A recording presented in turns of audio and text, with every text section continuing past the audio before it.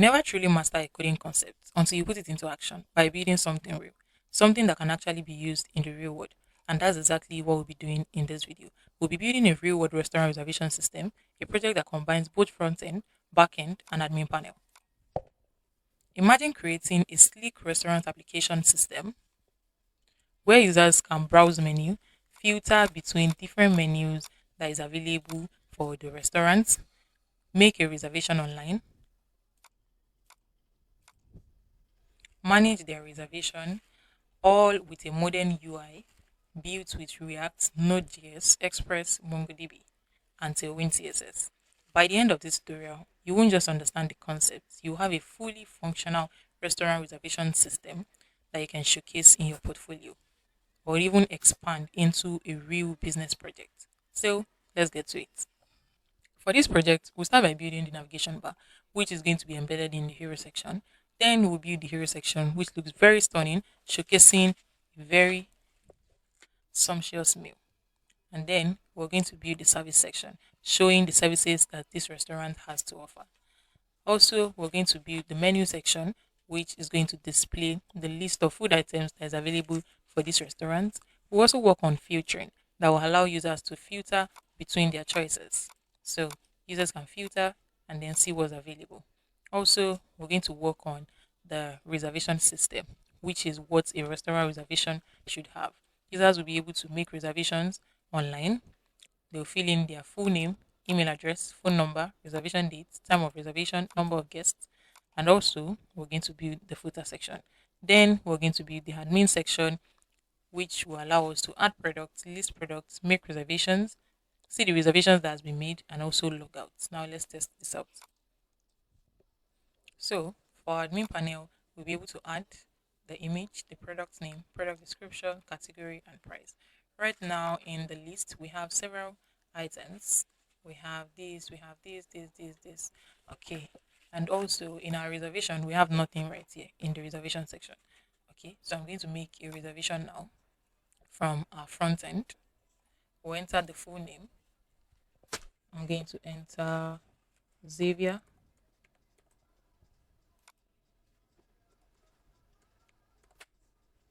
And the email, xavier@gmail.com. I'll enter a random phone number. Then we'll select the reservation date to be 28. Select the time 3 to 4 p.m. Number of guests, let's say 2 guests. And then I'll hit this button. And then you're going to get a notification reservation successful. Now, if we check our reservation now, we should see the reservation that has been made. So this is it right here. The email, the phone number, the date, the time, the number of guests, and all of that. You can see that this is working perfectly well. And also, we can add products to our front end. So let's say we want to add this right here. And I'm going to give it this name, chicken and chips. Description, chicken and chips description. The category right here will be in chicken. The price will be 20. If I click on add menu, we're going to get a notification that is going to say product added successfully. As you can see right here, it's showing here that the product has been added successfully. If we check our front end, you would see that this product has been added right here. Chicken and chips. The description is right here. The image is here. The price is here. So you're going to learn to build all of this in this tutorial. Now let's get started. So you're going to open your code editor. I'll be using VS Code. Then you're going to click on File, click on Open Folder, and in your desktop, you're going to create the project folder. So I'm going to be creating my project folder, another folder named YouTube Project. Then click on New Folder, and then we'll create the project folder. So this is going to be MERN Restaurant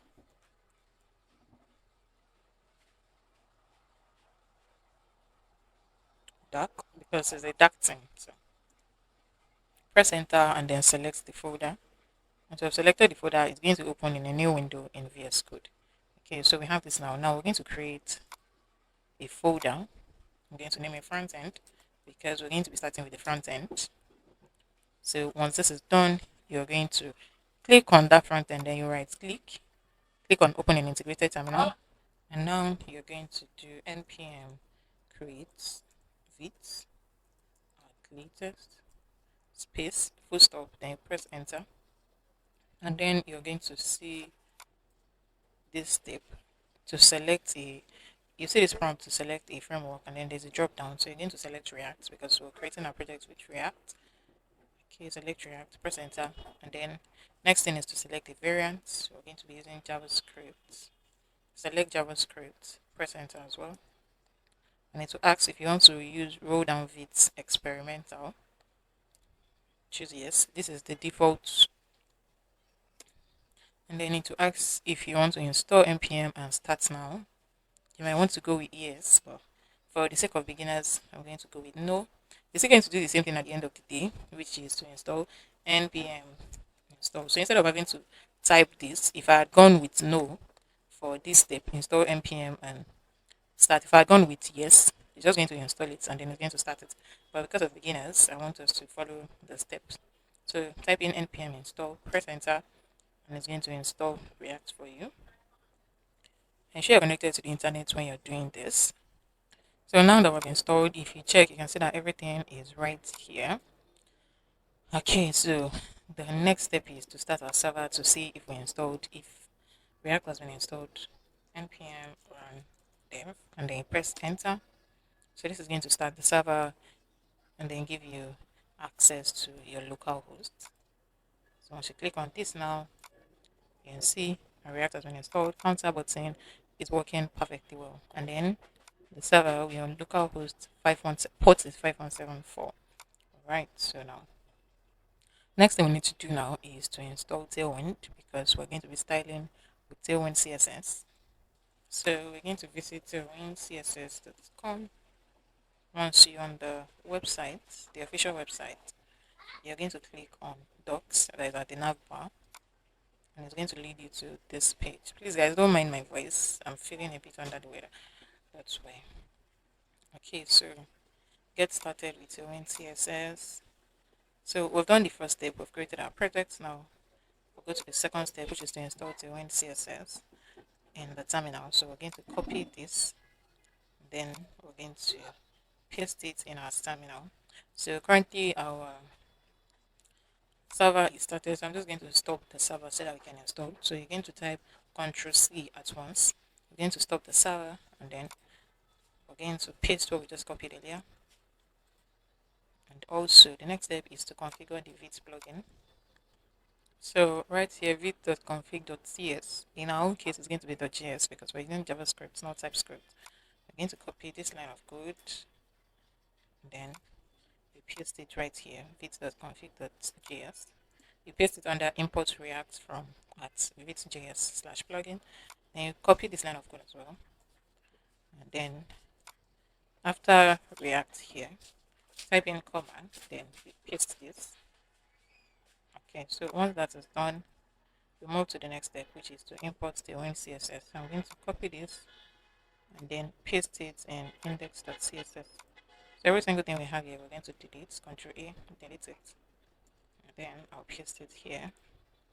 Next step is to start our build process, and then we'll start styling. So we'll do some cleanups, Ctrl+A, we'll delete everything. Then you type in this keyword, RAFCE, press enter. If this does not work for you, if React snippet is not created, that means you do not have this extension, ex7 react/redux/react native snippet. Do well to install this extension. So you can just come right here in the search bar and type in ES7 plus react/redux/react native snippets. So once you have installed that, it will be easy for you to create React snippets with the keyword RFC. Okay, next step is to delete app.css because we're not going to use it for this project. So now we're going to try to style. Right now, the only thing you should see here is, let me reload. Okay, so we're getting, the site can be reached because I stopped the server. Okay, so now let's have an H1 tag. It says subscribe to my channel, and then I'm going to style it. So the text size will be 3XL,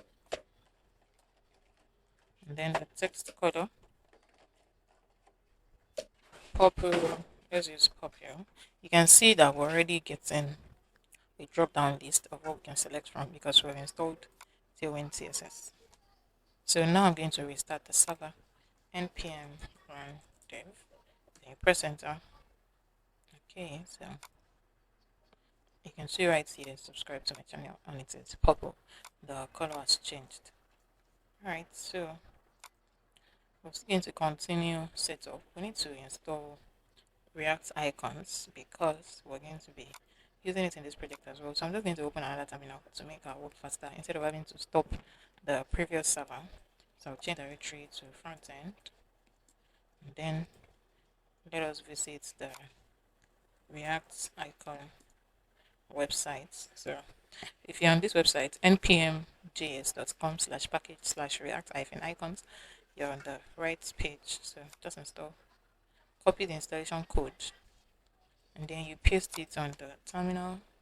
So React icon has been installed. As you can see, if we check package.json in our dependencies, we're going to see React icons and Tailwind CSS.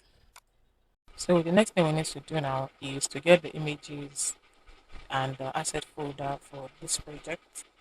So I have all the images and the asset folder, and I've copied everything right here. Okay, so the link to access this in my GitHub repo will be in the description box, so do well to check that. So this is our asset folder for this project. I've imported all of the pictures, and we have all the categories right here as well as an array of objects.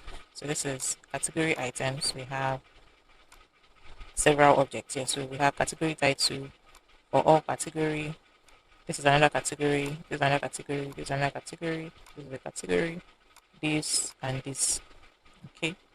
Then we have the image as well. Then we have the product. Okay, for each food item we're going to be displaying. So we have the ID, the name, the description, price, image, category, and then the dates that was added. So we have it for all of this. Okay. So we're going to be using this products array in our project, and you're going to see how we're using it. So now that we have that in our source folder, we're going to create two folders for components and then for contexts. So we'll start with the component folder. In the component folder, we're going to have all our components, the navigation bar, RAFC to create React snippets. You press enter once you see that. Have the hero section, hero.gsx, RAFC, press enter. After the hero section, we have the service section, RAFC as well, press enter. Then we're going to have our menu, that's GSX, RAFC as well, press enter. After the menu, we'll have our reservation form, that's GSX, RAFC as well, press enter. And finally, we're going to have the footer section. So footer.gsx, RAFC, press enter. Okay, so we're going to close all of this now, and we'll start working on them one after the other. Okay, so we're going to start with the navigation bar, but before that we need to set the background color of the entire project. So for the entire body, the background color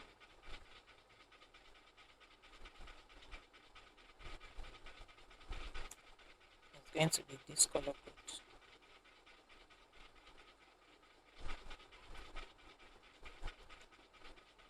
So we're going to be using this color for the entire background, and then all text color will be white. So we'll have color white for all the text, and also we're going to have other mixture of backgrounds. Okay, so I'm just going to give the background class name. So the first background, this is the general background, right? We're going to have several backgrounds that we're going to use. Like in the reservation form, the background is quite deeper than the general background. In the services, we have a background image that we're going to use. So we need to set all of that here so that we can just pick them when we're styling. So this is going to be like the second background, and I'm going to have the color code. So RGB. This will take 26, 27, 28. So this is the background that we're also going to use, and we'll have another background. Background 2. We'll set the background color with this color code 14, 13, 12. I think that's the same with this. Okay, that's the same with this. So you can choose to. So we have two backgrounds, either this or this. But this is the general background that we're using. The entire body should take this background color. If you check the project now, you can see that it has applied to it. The entire body has this background color. Okay. Then we are going to have our background image. So that's for background 3 dots. Background 3. We'll have a background image. Now for the background image, I got it from a website called Gradient Magic. I'm going to drop the link in the description box. So you can just head over to the website and then you see several different designs of background. So I'm just going to paste the background image here. So this is the background image that we're using. It will be in the description box, so don't panic. You're going to get this in the description box. The link will be in the description box.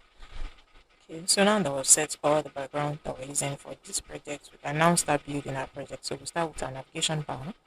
So for the navbar, we're going to have two div types. The first one will take an H2 type, and it's going to take this title, means diner.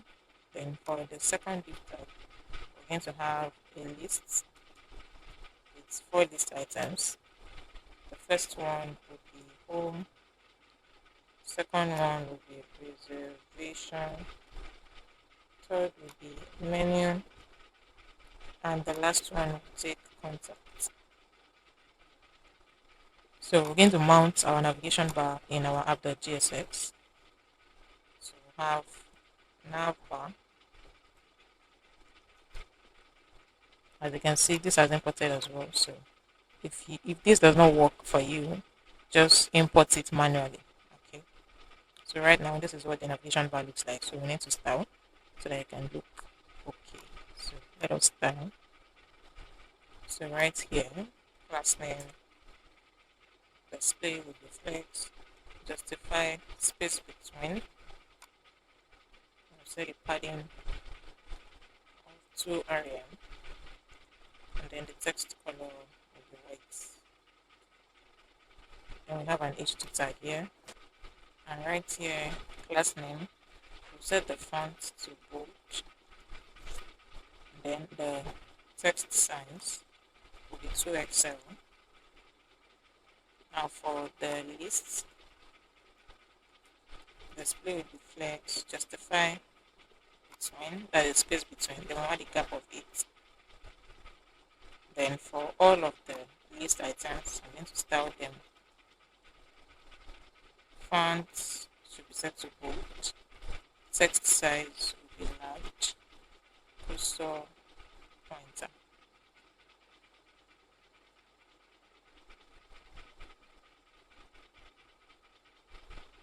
So right now, this is what our navigation bar looks like. Now to the hero section. So I'm going to close the nav bar and then I'm going to open our hero section. So for the hero section, we're using an image. So we're going to be getting the image from our asset folder, and the image is hero1.jpg.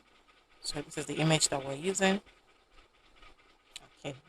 So the link as well will be in the description box. It will be in the asset folder actually. So then we're using this line image as well. No, this other one, line 2. Okay, so let us open the hero section. But first we need to import all the images. So import background image. I'm going to name the image background image in this component from /assets/ hero.jpg, and also the line image. I'm just going to name it line from So that's forward slash. The name of the image itself is line 2 or PNG. Okay, so this is it, line 2 the PNG hero.jpg. Okay, so let me close this now. And then let's start building our hero section. So we're going to have a div tag. Inside this div tag, we'll have an image, a line image. Then we'll have an h2 tag and also an h1, then a button. Okay, so for the image is the line image, so we'll have line.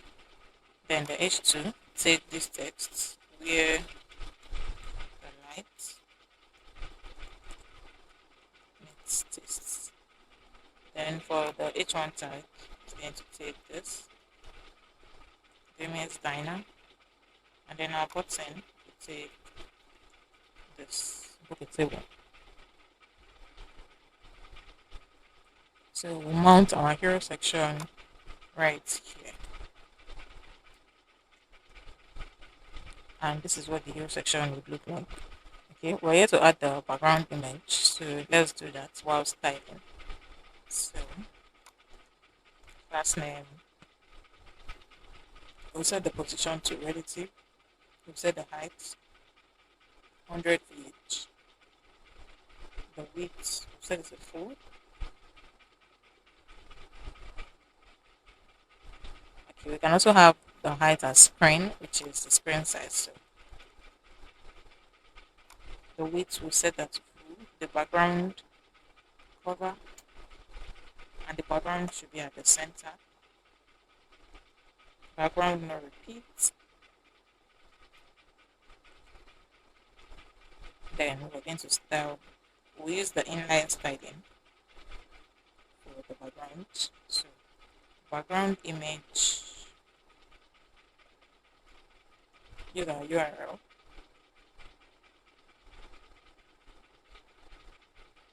When you type in background image, then you use a backtick. Then we'll have URL. Open our brackets, then we'll have a dollar sign. Open brackets. Now open curly braces. Then you have your background image, which is this background image. Okay, let me close this so that we can have a larger screen.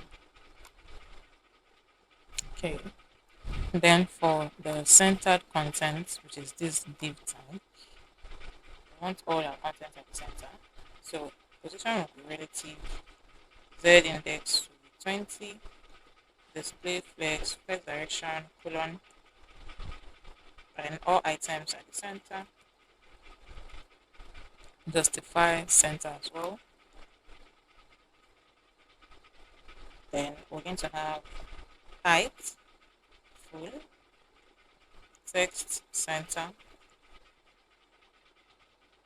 then all text color should be white. We'll have a padding, then margin top, negative margin top of 10, so that all the text will shift up, they will move up. Next is the image. So the line image, I'm just going to leave it as it is. Then we have the H2 text large. Then on a medium screen, text should be Excel. Margin bottom should take 4. Tracking widest. Then the text should be in uppercase. Then we have the H1 tag. Text for Excel. Medium screen. Text 6XL. And then the font size. The font should be bold. Margin bottom should be 6. Then we have the button. The background color amber 500. The text should be black. And then for the width and height, we'll use padding. Padding on the height will be 3, that is on y-axis. Padding on x-axis for the width should be 10. And then when the user hover on it, the background color should be amber 600. We should have a transition. Okay, so this is what this looks like currently.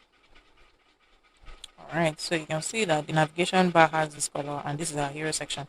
Now, from the project we're trying to build, the navigation bar shares the same background image with the hero section. So that means that we need to mount our navigation bar inside our hero section. So I'm going to comment this nav bar here, and then I'll mount it inside the hero section.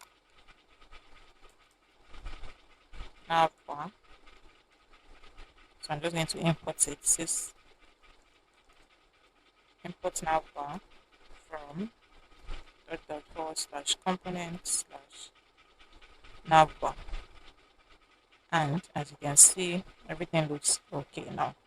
Okay, so the navigation bar is inside the hero section. Okay, so next thing we need to work on now is the services. So we're going to close the hero section now, and I'm going to open the service component. So for the services, we're going to use images. So I need to import the images first. So I'm going to import, I'll name it image1, the first image from our asset folder, asset slash, the first one, the first one is named break.jpg. Then we import the second image. I'll name it image2 in this asset folder, and this app.jpg. And the third image, image3, from /asset slash, we have another image, this image right here. So we're going to be using this safety.jpg. And also we need the line image. So import, I'll give it line from our asset folder slash line 2 dot png. Okay, so now that I've imported all the images, we're now going to create our div. So we'll have a div type, then we'll have 3 more div types. So the first one is going to have 2 div types. The first div type will take an image, then we'll have an h2 tag here, and also the p tag. Then the second div type will have an image. So this first image right here will take the line image. The h2 tag will take this text, breakfast, and the p tag will take this. Okay, then the second image right here will take image 1. That is for the first image. So now to the second div type, we created 3 div types. So let me separate them. The first div type is for the first service. The second div tag is for the second service, while the third one is for the third service. So now for the second service, we're going to have the same thing that we have here. So I'm just going to copy this and I'm going to paste it here. But in this case, we want the image to be up. So we're just going to alternate. Okay. So we're going to have the first div tag that's for an image and the second one will be for the content. But for the first one, the first div tag is for the content and the second div tag is for the image. Then we're going to do the same thing for the third container. So I'm just going to copy what we have here. I'm going to paste it right here for our third container. Now I'm going to change the text. So this right here will take the third image. This one will also take line, but this is going to be for drinks. Then for the third service, we have the line image. This will be for appetizers. Then we're going to have the second image here. Okay, so we're now going to mount our service container services right here. So if we check now, this is what we should see right here. We should see all the images. Okay, so now we need to start so that it's going to be good. Okay, so in case if this sounds confusing, we have our normal div tag when we created the React snippet, right? Then we have the service container. Inside our service container, we created 3 div tags for the first service, second service, and the third service. Okay, so for the first service, we have 2 div tags. This is the first one, and this is the second one. In the first div tag, we have an image, we have an h2, and we have a p tag, right? In the second div tag, we have the image showing. The image is showing the description breakfast. We have an image showing what they serve as breakfast in that restaurant. Okay. Then for the second service, we have 2 div tags as well. But for the second service, the first div tag is taking the image, and then the second div tag is taking the content. Then this is the third service right here, which the content starts first and the image comes next. Okay. So now let us style this. So we'll start by styling this display with the flex. Then we want to use the third background, which is this background right here. This background. Okay, that's why I'm using background 3, because this is a class name, and you can see it starts with a dot here. Okay, so now for each of these, we're going to style them. So class name, we set the width to 1/3 of the screen, and also for this, I'm going to set the padding to 16. Then for the image as well, I'm going to set the margin bottom, negative margin bottom to 2, width 45, place self center. Then we have an h2 tag. The color would be amber 300. The text at the center, and the text size will be 4XL. Then for this p tag as well, the text will be at the center. The margin top will be 3. Then for the image, the height will be 160. Okay, so this is the styling. Now we're going to use the same styling for the first service, for the second service as well. So the container for the first service, we'll put this here, right? So the second service, it starts with the first image, so we're using the same height, 160. We paste this here. Now for the container, for the content, we'll copy this, and then we'll come paste it right here for the line image, right? Then we have the h2 tag that has these properties. We'll put it right here as well. Then we have the p tag, and we'll put that too right here. Okay.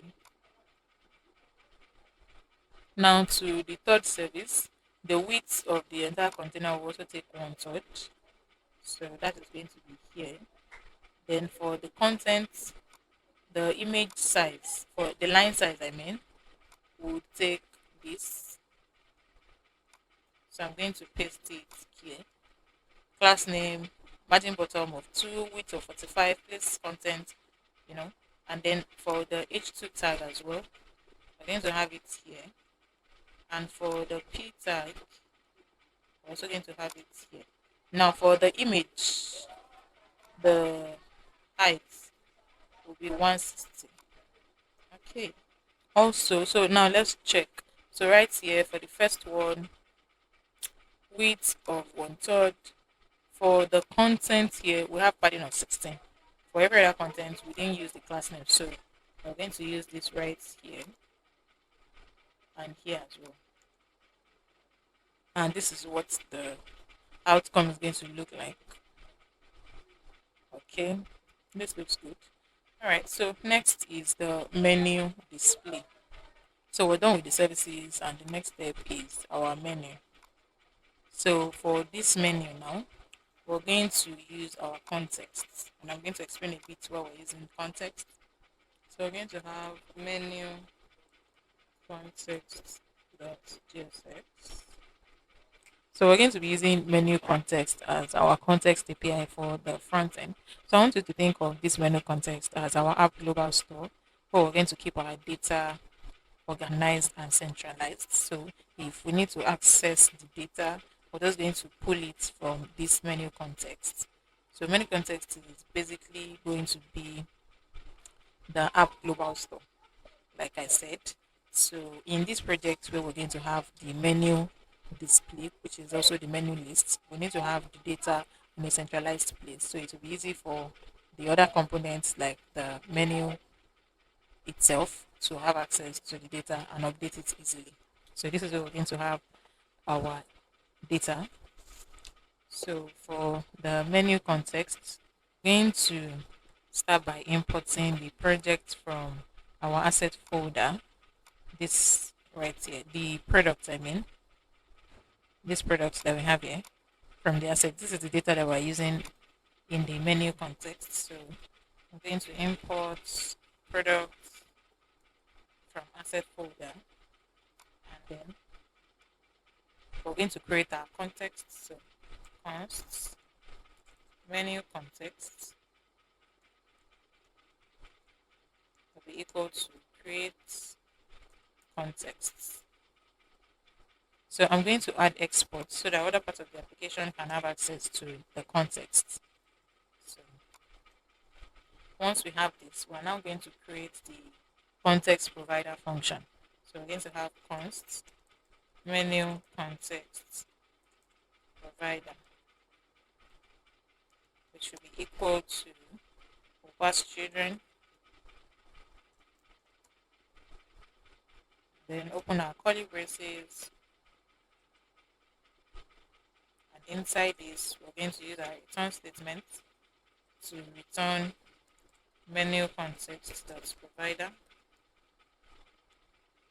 And in between this, we have the children. Okay, then now, after the menu context provider function, we need to export it. Menu context provider. Okay, so now that we've done this now, the next step is to create a state variable that's going to hold the product and the setter function to update it. And by default, we're going to initialize the product state with this product that we're getting from our asset folder. So we're going to have const product setter function set product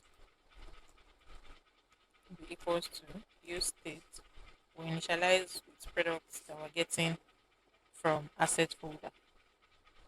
And now we're going to add the value right here, products. This state variable right here, we're adding it here so that other components can have access to this product state. Okay, so now that we've done this, we need to wrap our entire application with menu context provider. So I'm going to comment this. We're not using strict mode. So here we're going to have menu context provider, menu context provider. No, Control Z, menu context provider. We'll wrap our application around this.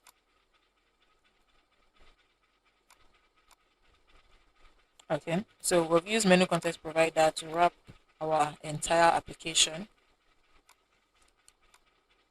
So now that this is done, we can now create our menu, and we're going to be getting our data from our contexts. So the first step is to extract the product from the context.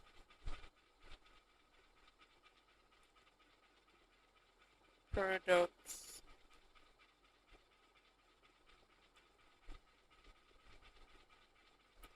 equals to use context menu context. Okay, this is supposed to be in lowercase. Come on, lowercase. Yes. So I've extracted our products from context. Ensure that this imports as well, so that you will not run into error. And then in our menu display, we have categories as well, where our user can toggle between categories to select an option. Okay, so I need to create a state variable that's going to hold the entire category and a data function that will update it. So const category, data function set category, and by default, we'll initialize the category with all. Okay, so there's something that we need to understand here. In our asset folder, we have an array of objects, right, for each category. This is the first category here, the category title, and then the content, which is all. The second category, spaghetti. Third category, pizza. Fourth, fifth, sixth, and seventh category, right? So we're going to be using all of that category in this project. Okay, we're going to display the category as a list, and we also ensure that once the user clicks on any category, we display the menu based on the category that the user is selecting. So let us start with the menu first. So we'll have 3 div tags. So the first div tag will be for the header. The second div tag will be for category. And the third div tag will be for menu display. So we're going to start with the first div tag. We'll have an each one that's going to take this text, and then now to the category. So for our category now, we need to get this category item from our asset folder. So right here, I'm going to import category item from assets. Okay. So inside this div tag, what we're going to do first is to look through each item in the category item array. Okay, so this is an array, like I said, array of objects. This is the first object, this is the second object, third, fourth, So we need to look through each item in the category array, and the item represents the current category object, and then we're going to use index so that we can determine the position of each item in the array. Right, this one now, this is the category item array. This is the first category. So the index here, the index number is what we use to uniquely identify each of the objects in that category. So this one here, index is 0. This one here, index is 1. This here, index is 2, 3, 4, and so on and so forth. Right? So index is what we're going to use to know the position of each item in the array. And then we want to look through the category item to display this category object as a list. We want to display this object here, the content in the object as a list. So that's what we're going to do here. So right here, we'll map category item dot map, then we'll pass item, and then the index number, as I said. Open our brackets to display a list. We want to display the category items as a list. So we need to uniquely identify each of the item using their index number. Then we want to display a list. So item dot category title, right? So that you can display the content in the. This is going to display, the first one will display all, the second one will display spaghetti, third one will display pizza, right? We're looping through category item to display the content as a list, to display the items as a list. And then we're passing item and index. Item is the it represents the current category object, while the index is to uniquely identify each of the category item.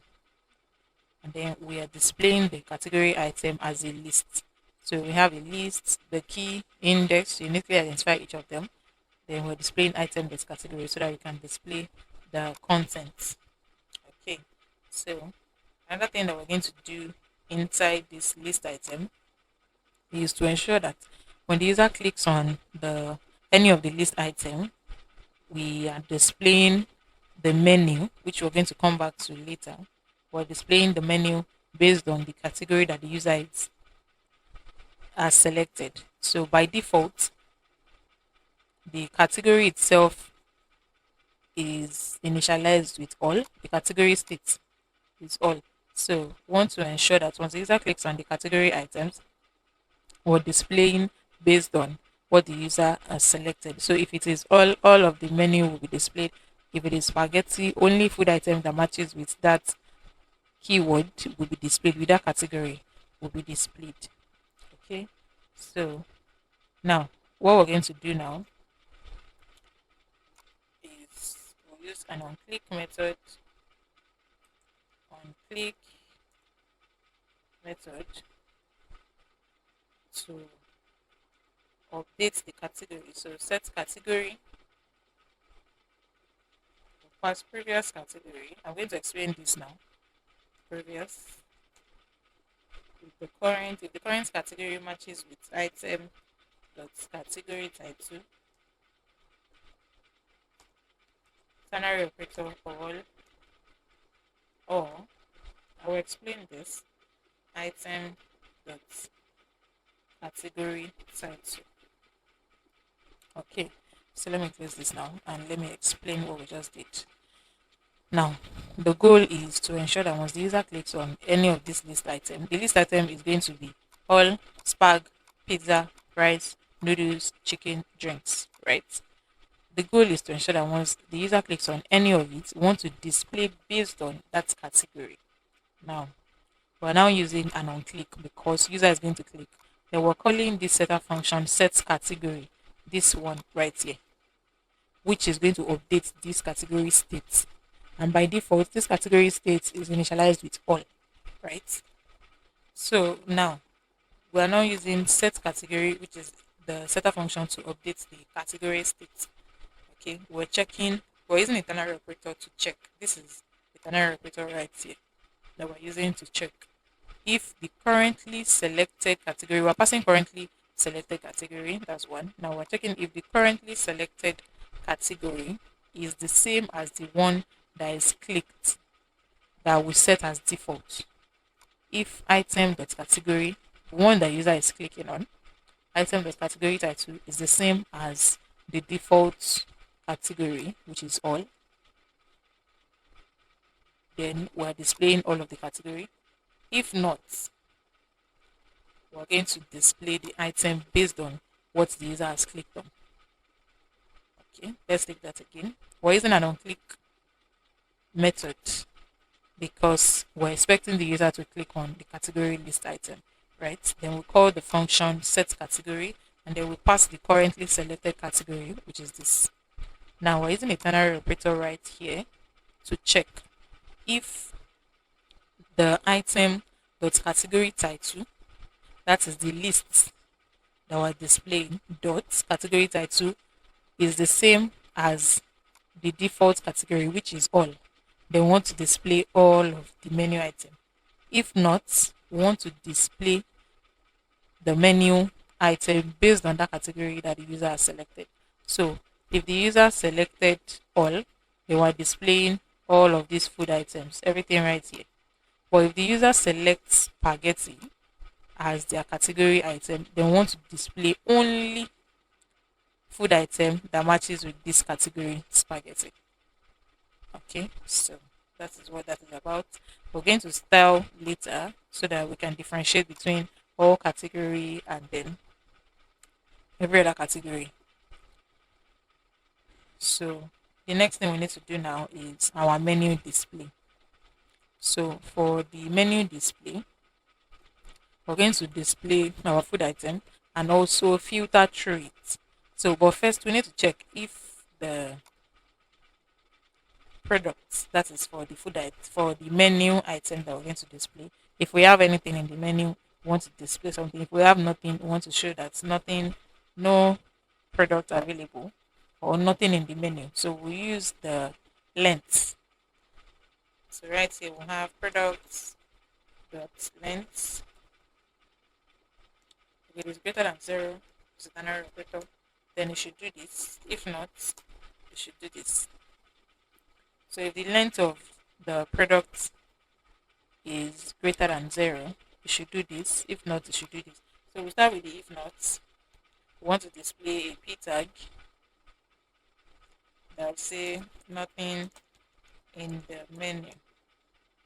But if there's something in our menu, then we're going to do this. So for this, what we're going to do is to map products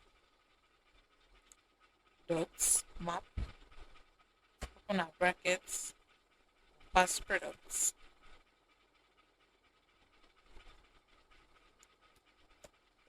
To display our products.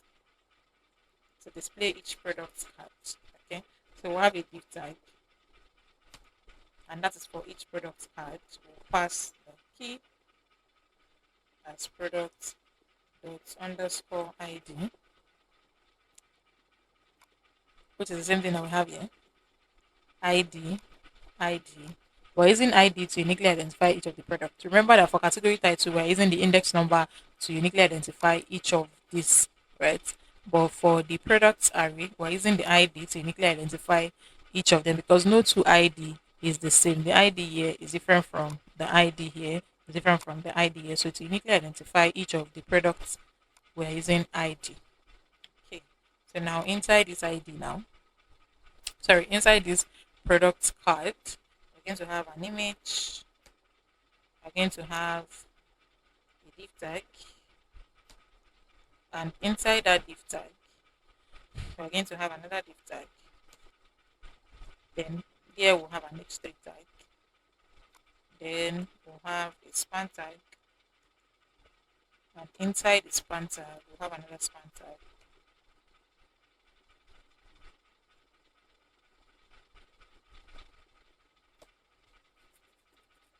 And then we're going to have, after this div tag here, after the span tag, we have a closing div tag. After this closing div tag, we're going to have a p tag. Okay, now let me put the content for each of them. For the h3 tag, it's going to take the name of the product. So here we're going to have product.name.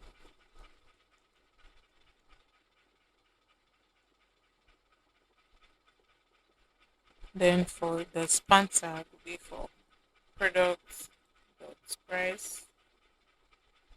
which is going to be in dollars.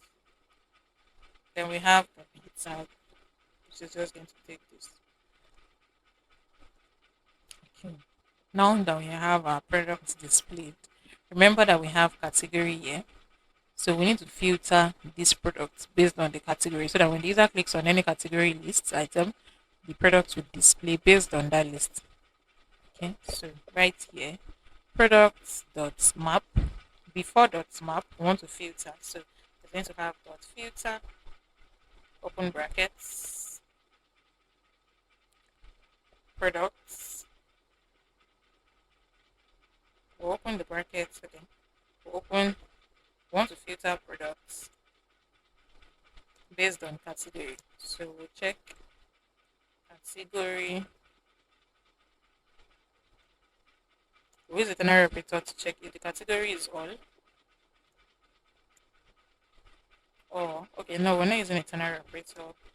Or the category is based on products.category.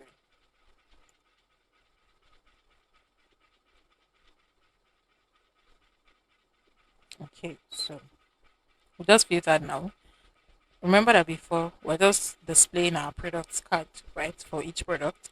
We'll uniquely identify each of the products based on the ID, and inside the product card we have the image, which we have not passed anything to. So this is supposed to take product dot image.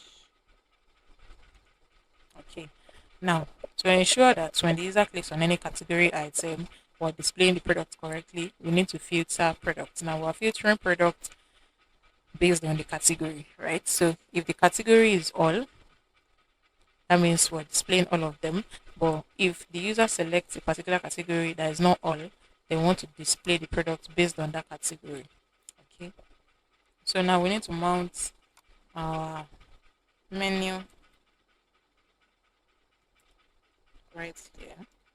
So now if we check what we have, we can see that we have different products that has been displayed.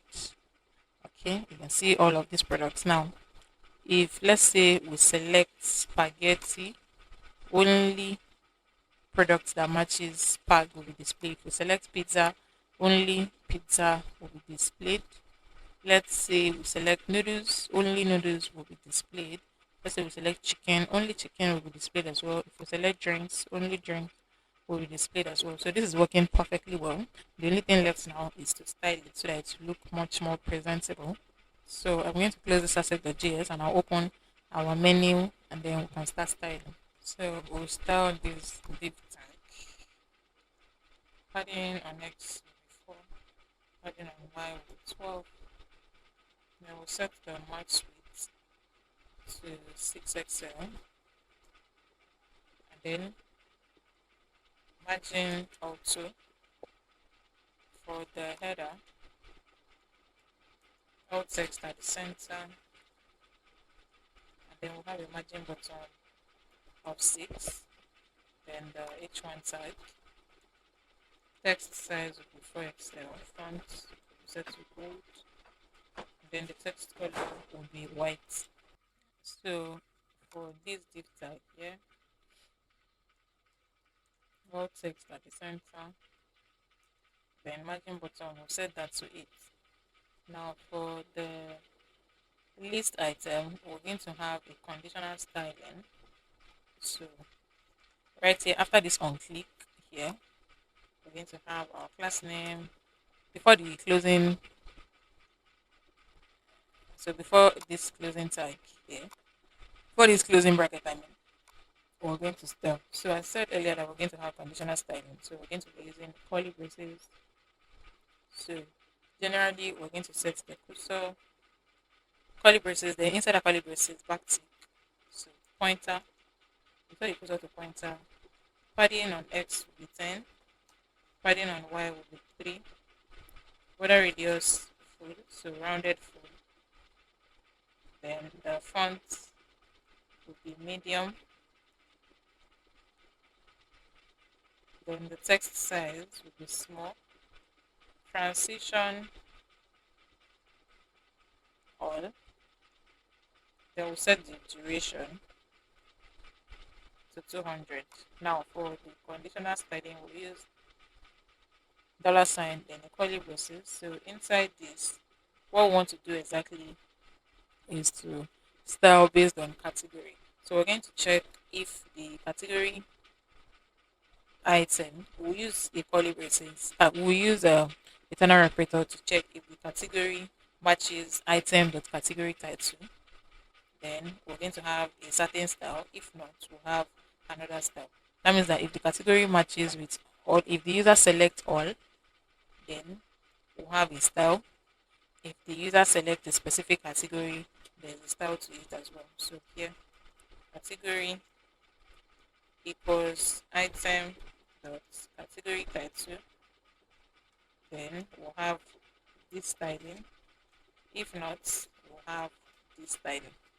Okay, so if it is for all, the background color will be amber. We'll set a border of 2, and the border will be dashed. Then the background color will be gray 600. If it isn't, then we'll set border to 2 as well. Background, I mean border dashed as well, and then the border color will be gray as well. Border gray 600. Okay, so this is supposed to be border gray 600, not background. Border. Okay. So now that we've styled this out, next is to style our product card. Okay, but first we need to style the menu display. Display would be grid. Grid pose 2. We'll set a gap of 8. Then for the product card, that is for the menu card, we're going to set display to flex, items, center. We'll set a gap of 6, padding of 4, border of 2, border will be dashed as well. Then the border color will be gray 600. Then we'll have a border radius. Transition. And when the user hovers on it, we want a medium shadow. So shadow empty. So that is for the product card. Now the image inside the card as well, we're going to style it. The width will be 30, the height will be 30 as well. Objects cover. Then border radius rounded full. Then we have this div tag here. Flex, we set that to 1. Then we have another div tag. Display is flex, justify, space between, and then we want all items at the center. Then we have an H3 here. We'll set text size to large, and the font will be semi-bold. Then we have the span size right here. Text will be set to large, font will be semi-bold as well. And then the text color will be amber 500. Position will be relative. Then we'll have a margin left of 4. Then we're going to have this span tag. Okay, so this product price is not supposed to be in between the span tag. The span tag is going to be empty. This is supposed to be right here. Okay, so do what to correct that. Now for this empty span tag that has no text, we're going to style it. So we'll use this before features. So the content will be nothing.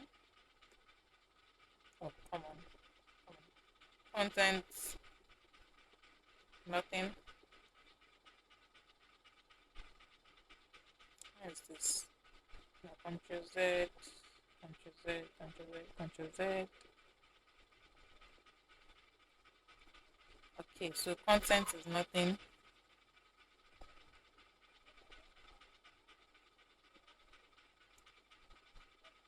Okay, then before. Okay, so we're having error because this is just one quote, and right here we have one quote as well. So this is supposed to, let's use double quotes for this so that we'll not run into error. We'll use double quotes for this as well. Okay, so before, we'll set the position to absolute. Before, we'll set the width to 10. Before as well, we'll set the border bottom. Before, we'll set dotted. Then another property as well, we'll set the border color to gray 400. Then we'll set the left. This is going to be negative left to 12. Before, we'll set top to 1.5. We'll set it to half. Then no, half. Okay. So before as well. Transform. Then we're going to have before. Translate. And y-axis off.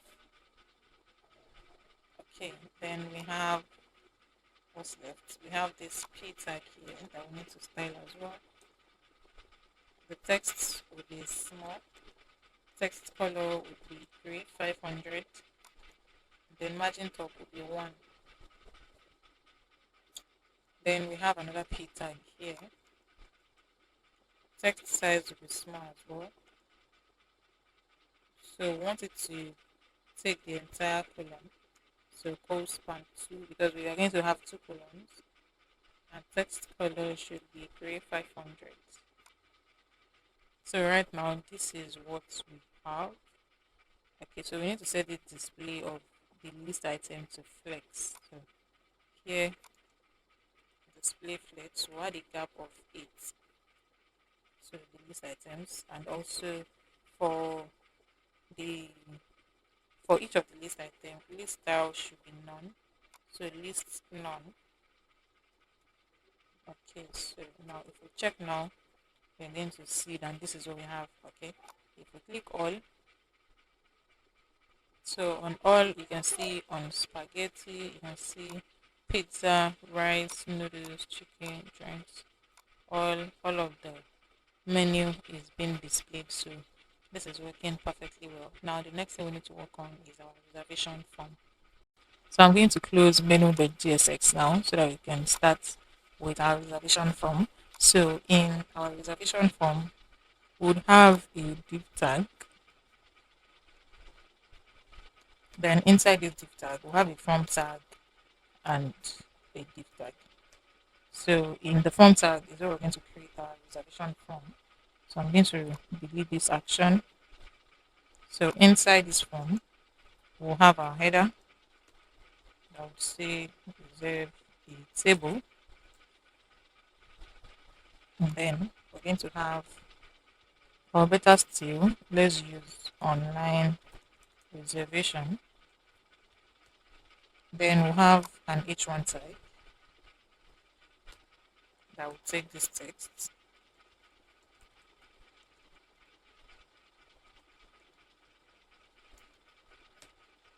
And then in the span tag, we'll have this text.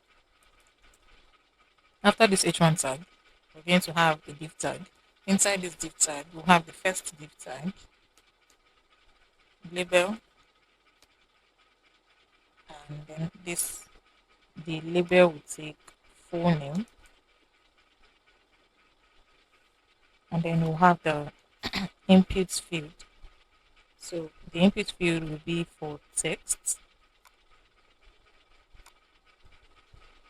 Then we'll have a placeholder, full name, and it's going to be required. Then we're going to, after full name, we're going to have the field for email. So instead of having to retype, I'm just going to copy this div tag here, give it space. This here will be replaced by email. And the placeholder will be email as well. Next will be for phone number, and the type is email. The input type will be for email. Then next is phone number. So we're just going to type in phone number. Then the input type will be for telephone. The placeholder here will be phone number as well. Let me close this so that we can have a large screen.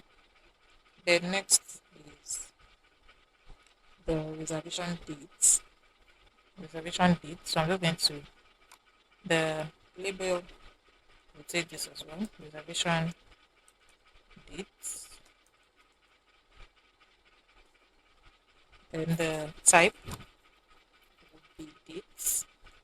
the input type will be date. And then for the input type, for the inputs, it will have no placeholder because the type is date.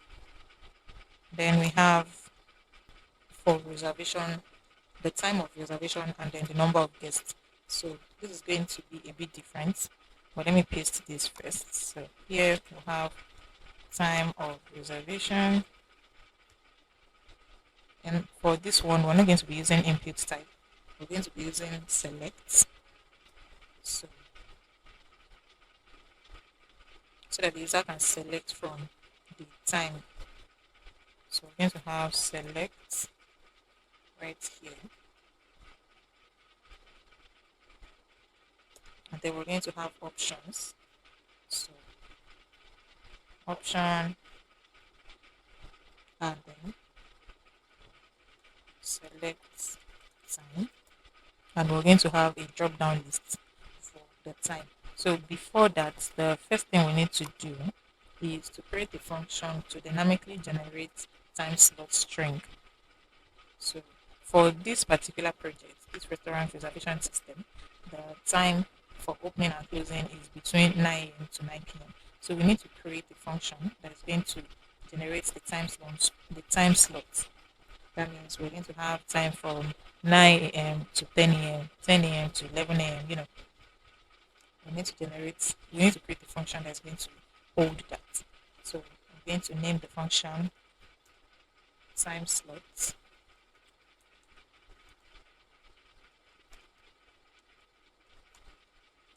So inside this function, we need to create a variable that will store the time slots and initialize the array. So we're going to have const slots because we want to generate the time slot string in the form of array. Okay, so now that we've created the variable that will store the time slot and then we have initialized it with an array, we are going to loop from 9 a.m. to 8 p.m., which is the final slot, so that we can display the time slot string.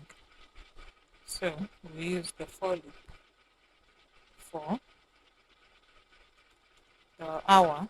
Let our, since we're starting from 9, be equals to 9. Then hour will be less than 8 p.m. That is 21. Then hour plus plus. I believe we're familiar with for loop already. So now, inside this for loop, we're going to convert the 24-hour format to 12-hour format for the start time. We'll have a start time and then we'll have the end time. And the end time will be 1 hour after the start time. Okay, so we need to convert 24-hour format to 12-hour format for the start time. So we'll have the start hour and the start period. So let's start with the start hour. Will be equal to hour modulus 12 is equals to 0. Then that is 12 hours. If not, hours modulus 12. Then we need to set the period, if it is AM or PM for the start time. So const start period. We've done for start hour, now for start period. If hour is less than 12 hours, then it is AM. If not, it is PM. So we've converted 24 hours to 12 hours format for the start time. Now we need to do the same for the end time. So we have end hour equals to, typo error, const end hour will be equals to hour plus 1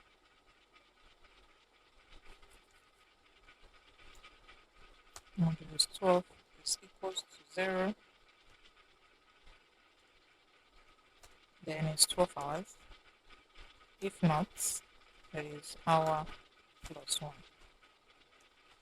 Then for the end period as well, will be equal to hour plus 1. If it is less than 12, then it is AM. If not, it is PM. Okay. So now that we've done this, the next thing that we're going to do is to create the formats in form of 9 a.m. to 10 a.m., 10 a.m. to 11 a.m., 11 a.m. to 12 p.m., etc. So we're going to have slots, the time slots that we created earlier, dot, push, open bracket, we use a backtick, then a dollar sign, open and square bracket, start hour, o'clock,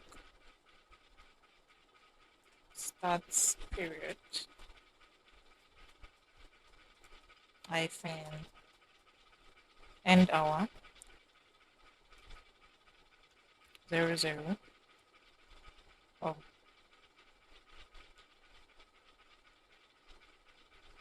end period. Then we're going to return the array of the time slots that we're going to use in our select option dropdown. So we're going to return slots. Okay, so we created the time slots now. We created the function that will generate the time slot string from 9 a.m. to 9 p.m. 9, in that format. So now in the form that we're building, we have to create the options. Okay, so we're going to have, we'll map over it. We'll map over the array that is generating the, we'll map over the function that is going to generate the array so that we can display the time slots. So here we'll have generate time slots function dot map, open brackets, pass slots, and then index number to uniquely identify each of them. If it's 9 a.m. to 10 a.m., if it's 10 a.m. to 11 a.m., if it's 11 a.m. to 11 p.m., the index number, open our brackets, and then we'll have our option, and the value is going to be the slots, and also the key for each of them is the index number, and the option that's going to be displayed is going to be the slot as well. Okay, so this is for the reservation time. Next will be for the number of guests. So we're using the same thing. The label here would be number of guests, and we're going to be using select option as well. So select, I'll delete this ID right here. We'll come back to the name, and for this as well, for the select option, we need to generate options from 1 to 10 guests using an array. So to create this array of 10 elements, that is from 0 to 9, we're going to be using array.keys. Then we'll map over the array to generate the option elements for the drop-down menu. Okay, so this is what I'm talking about. I'll open the square bracket. Then we have array. We want to generate 10 dot keys dot map over it. We'll pass the index number. Then we are going to have the option. So the value is going to be the index number plus 1, and the key as well is going to be the same thing, index number plus 1. And the option is going to be index number plus 1. Then we'll have guests, the text guests in front of it. Okay, so this is going to generate from 1, 2, 3, 4, 5, 6, 7, 8, 9, 10. So the index number 0 plus 1, that's 1. Index number 1 plus 1, that is 2 guests. Index number 2 plus 1, that's 3 guests, and so on and so forth. Okay, so once we're done with this, next thing we're going to do is to have our button, and it's the type is a submit type. So we have book now. Now let's just have book a table. So for this other div tag that is after the front tag, we're going to, that's more like the right side. So we'll have the first div tag. Inside this, we'll have an h3 tag, and then we'll have a p tag. Then we'll have another div tag. It's going to have the same thing. Well, this will start with a p tag first, then an h3 tag. Then we'll have another div tag. This will have an h3 tag, and then 2 p tags. Then we'll have a div tag as well. That will have an h3 tag, and then a div tag. Inside that div tag, we're going to have social media icons. So because we have installed React icons, if we just type in the text now, okay, we did not install React icons. That's true.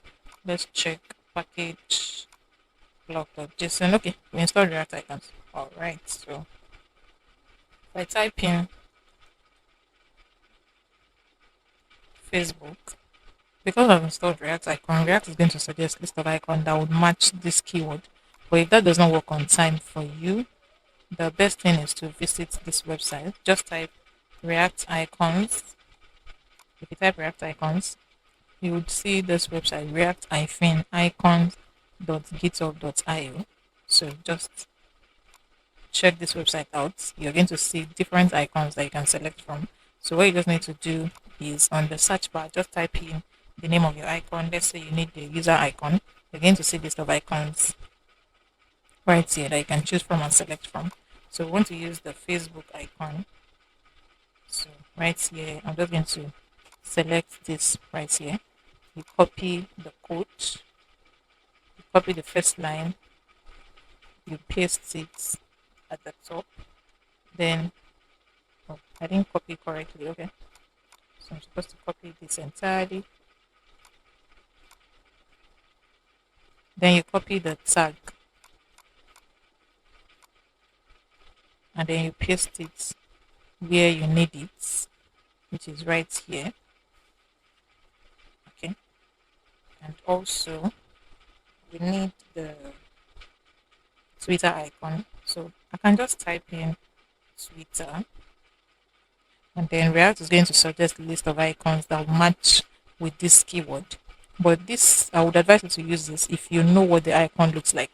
After installing React icons, by the way, if you know what the look of the icon, you can just type in the keyword and then you select from it. But if you don't know the particular icon, what it looks like, just visit the website. So I know what this looks like now. I'm just going to select this and then close it, and you would see that this has imported as well. Okay, if you come right here on the official website, you can just type in Twitter. You're going to see icons that match with this. Okay, so because I know the icon I want to use already, I'm just going to type in. It might take a while for it to show. So let's say Instagram. I'll just choose this one right here. Then we need Reddit icon. I'll use this as well. Then let's say we want to use YouTube icon. I'll use this as well. If you check, each of them has been imported. Okay. So that is for icons. So now we need the text right here for all of this. This h3 tag will take this text address, then this p tag will take this, then for the other p tag, it's just going to take this, then the h3 tag will take this text, then this h3 tag here will take this text, and this p tag will take this text, this other one as well will take this, and then this h3 tag will take this. Stay connected. Okay, so this is the form that we have. Now we're going to mount it in our app.jsx reservation form. So this is what the form looks like now: full name, email, phone number, time of reservation to select from, number of guests. Okay, so we need to style so that this is going to look much more presentable. So we'll open this reservation form once more, and then we'll start styling. So for this div tag, the minimum height should be screen size. Then the background color will take the general background. Padding will be set to 6. On medium screen, padding will be set to 12. So for this div tag, I'll set the max width to 6 XL. Then margin on x-axis auto. Display will be grid. Grid equals 3. Then for the form tag,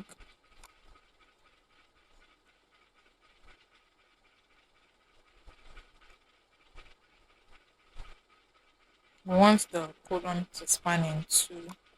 So, and then we want to use the second background in this index.css. This is the second background I mean. Okay, background 2, padding of 8. Then the shadow will be medium. Then we have an h2 tag here. The text size will be small. The font will be semi-bold. The text color should be amber 500, and the background color, no, the background will be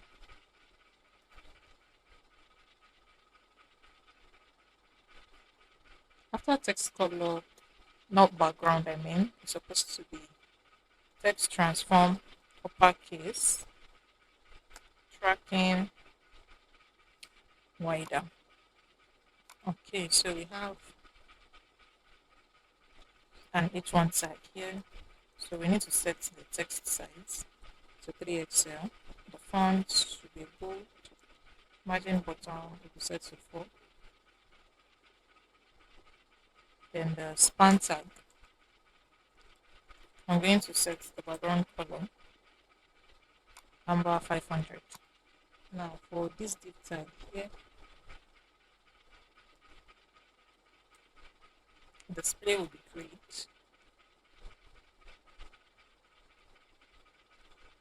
Grid equals 2, and then we'll set a gap of 4 between each of them, between each of all of this div tag. Now for the first one, display is grid. We'll set a gap of 1.5. We're going to be using the same styling for the next div tag, the next div tag, the next div tag, the next div tag, down to the last one. So now to the next styling, which is the label tag. We're going to set the font to bold. We'll use the same styling. Font bold, font bold, font bold, font bold. I think we have it here as well. Font bold. Ctrl Z. Or no, font bold. That's all. Okay. Then we have the input field. So this, we're going to have the width to be full. Padding, margin bottom. Then we'll have a border. Then we're using the background color. then focus ring, focus, then the color will be gray 300. So we're going to be using the same styling for the inputs. So for this, the same thing. For this, the same thing. For this as well, the same thing. And then that's all. We'll use the same styling for the select option. So we'll do the same thing here as well. Okay. Then we have the button. Okay. So for the button, we set the width to full, margin top to full, background color amber 500, text white. Then when you hover on it, background amber 600. Then we'll have the transition. Then the font should be bold. Okay. Now for the other div tag, the background color will be the third background color that we set here. This one. And then all the text color would be gray 300. We set the padding of it. Shadow empty. Then we'll set the space of Y on y-axis 10. Then all text at the center. Then we have an H3 tag here. So the text size will be 3XL and the font will be bold. So I'm going to use the same styling for this and then for this H3 tag as well.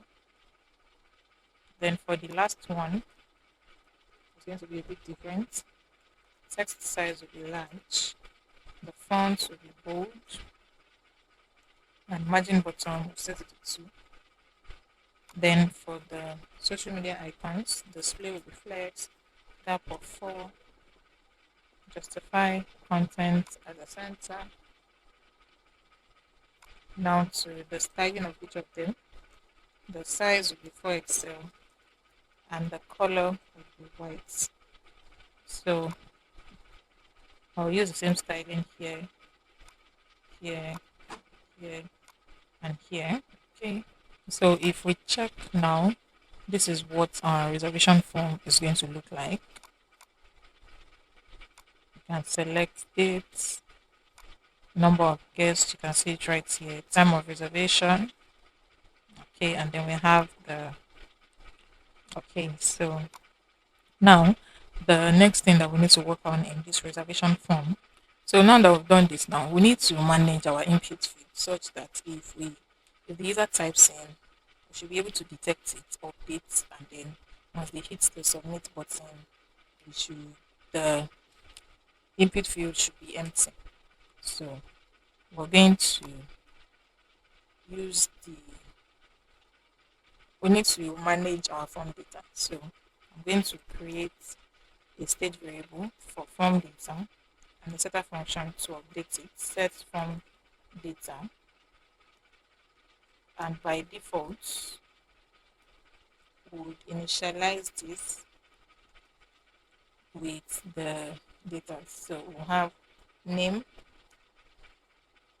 empty string.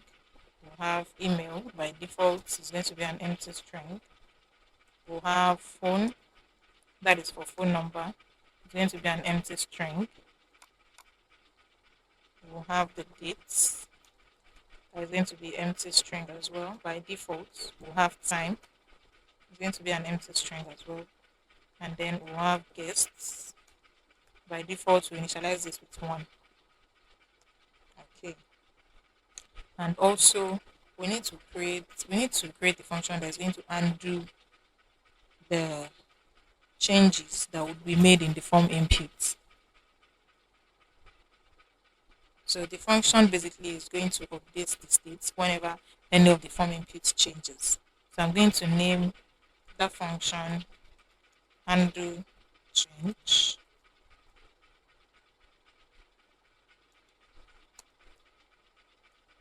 Pass events. Then your first thing is to spread the existing form data, and then we'll update the field that changed using the completed property name. So we're just going to set form data, open our curly braces, we'll spread the existing form data,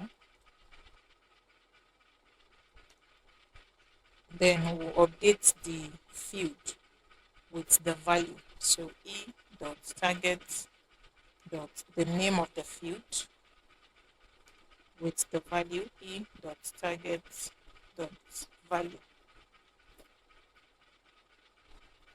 Okay, so now that this is done, we can now go over to each of the input field and then do the needful. So for the first input field, we need to get the name of that field. So the name of this is name. So this field here is the name field. Okay, I just declared it now, name. Then the value is going to be stored in our form data in the name field as well. And then if there's any change, we'll call the undo change function.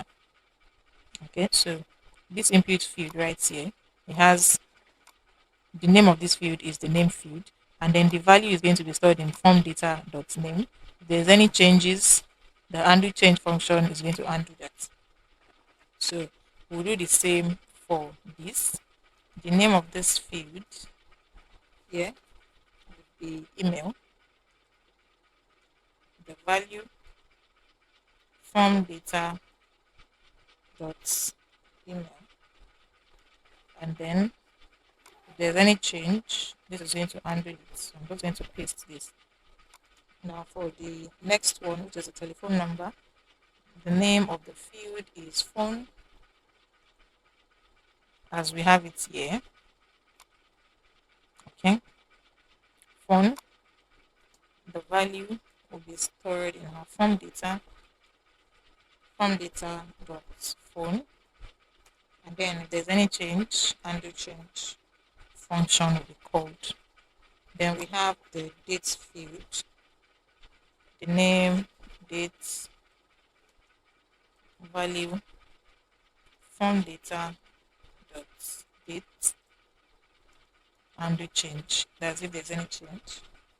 Then we have the time selection. So in the select type, the name is time, the value form data dot time on change. And the next one is for guests. So the name here is guests, or Ctrl Z, Ctrl Z. Okay, the name is guests. Value form data dot guests. Then if there's any change, the undo change function is going to undo that. Okay. So now that we've created our reservation form, the next thing is to create the footer section. So for the footer, let me close this. We'll have our div tag. We'll have two div tags and then a p tag. So for the first div tag, we're going to have an h2. We'll have a p tag, and then we'll have a div tag. Inside this div tag, we'll have an input field. Type is text. We'll have placeholder, enter email address. So the type is supposed to be email. Okay. Then we'll have a button. Then for the second div tag right here, we're going to have two div tags. The first one will take an h2.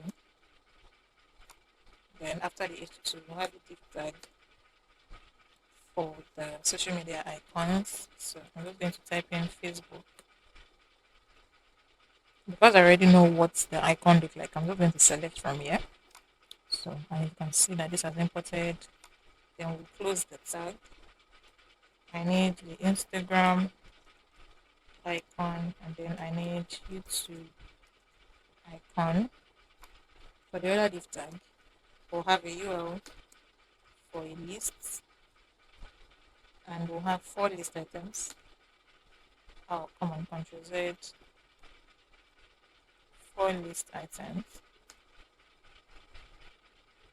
Okay. And then we have a p tag here. So I just need to fill in the text. So for this h2 tag, it will take this text. For the p tag, it will take this text. And for the button, it's going to take join now. Then we have an h2 tag here as well. Then we'll take this text, and then the lists, home, menu, about us, and lastly we'll have privacy policy, and then we have a p tag here that's going to take this text. Okay, so this is the footer. Now I'm going to mount it in app.jsx immediately after the reservation form. So footer, and the footer section is going to look like this. Okay, so we just need to style it so that it will look much more presentable. We'll start with the first div tag. I'm using the third background. Display will be flex direction, set it to colon, avoid a gap of 12, padding of 16 for both sides. Then we have another div tag here. Display will be grid, place content at the center, gap of 6, and the text to be at the center as well. Then we have this h2 tag here. Text size 4XL, font bold. Then we have the p tag. Text size will be large. Text color, I'll set it to gray, 400. Then we have the input field here. Display will be flex, items, center,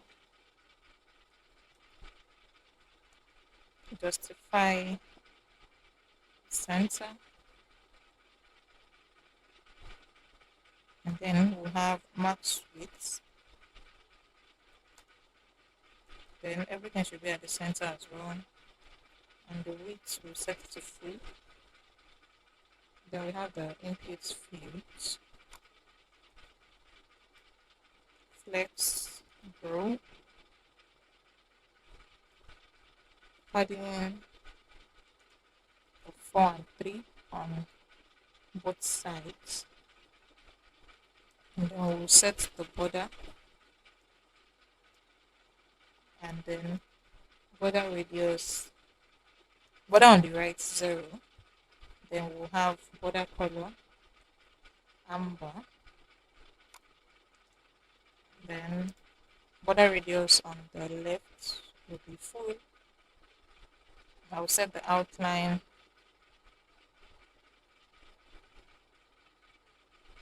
to none. Then text size should be small. Then we have the button, that's the next thing to style.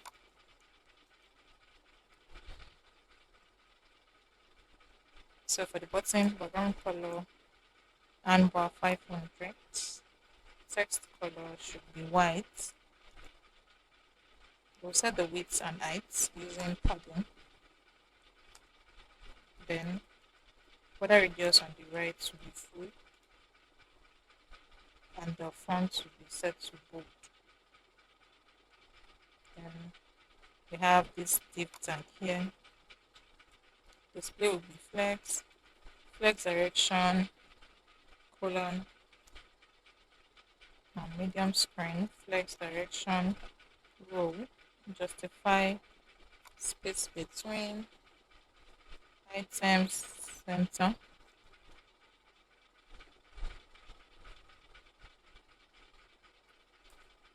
items, text left, and then we'll have a gap of 6. Then we have this H2 tag right here. The text size will take 2XL, the font will be bold, and for this display should be flex, justify space between each of them. On medium screen, justify starts. We'll set a gap of 4, margin top of 3, text orange 500. Then for each of the icon, text size should be 3XL. Cursor pointer. So I'm going to use the same styling for all of these. Then we have this div tag. I'll just style the UL tag. Display is flex, gap of 6, justify content center.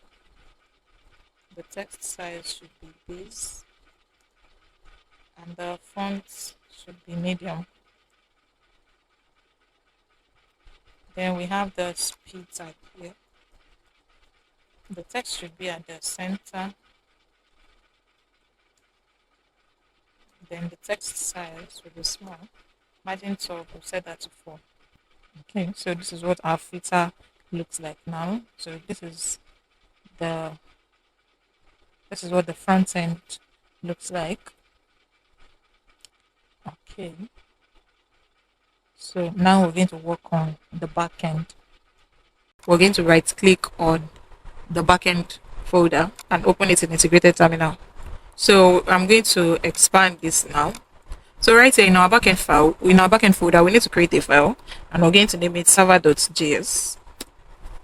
Before anything, we're going to, in our terminal, we're going to run this command, npm init, press enter. Our package name is backend, press enter, version, description, entry point, as you can see, is server.js. Press enter, test command, git repository, just keep pressing enter until you get to OK.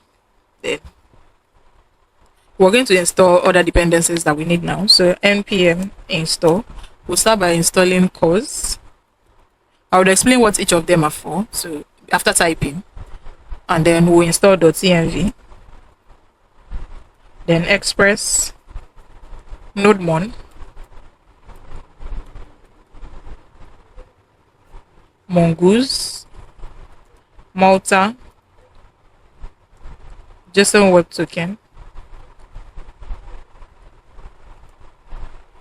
Cloudinary. So let me expand this so that we can see the screen properly. Cloudinary. So we're going to install all of these. So let me explain what each of them is for. The cause here is a security feature in web browser that restricts how resources on the server can be accessed from different domains. So this is a package in Node.js that helps us configure access permission. Then we have .env, which is a package that loads the environment variable from a .env file, keeping sensitive data like our API keys, and it secures and separates it from the code. Then we have our express. Our express package will be used to undo server requests, and nodemon is a tool that automatically restarts a Node.js application when it detects a file change.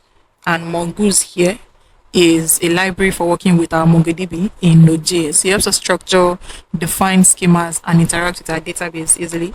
Then we have the Malta, which serves as a middleware for handling file upload in Node.js, and is often used to process images, PDFs, and other files sent via form. In this case, we're going to use the Malta to process our image upload for the menu. Then we have JSON web token, which is a package used for creating and verifying JSON web tokens, which help us with user authentication and authorization. Then we have Cloudinary as well, which is a cloud-based service that helps store and manage. It helps store, manage, and optimize images and video that are often used for uploading and saving media files. So in this case, we're using Cloudinary for image and we're using Malta for image as well. Then I'm going to press enter now. Okay, so we've encountered an error because the spelling of Cloudinary is not correct. We need to retype everything now. So I'm going to recopy everything and I'm just going to, this is going to be Cloudinary. Then I'm going to press enter. I'm going to reduce this and we're going to see we have Cloudinary, course.env, Express, JSON Web Token, Mongoose, Malta, NodeMon. All of this has been installed. Now in our scripts, I'm going to delete this test. And after the main file, which is server.js, we're going to have our type. So type here is going to be module. And I'll add a comma. Okay. So after our start file, we are going to have our server, a property for server. And here we want to always restart our server with NodeMon server.js. Okay. Now we're going to create a very simple server and test out our server. So we're going to start creating the server. First, we need to import our Express from Express package, which we're going to use to handle server requests. So import Express from Express package. And then we're going to import our course, which will enable cross-origin resource sharing. We import course from course package. And then we are going to load environment variable from .env file, which we are yet to create. So I'm just going to have import. So we're going to create the file now. .env /config.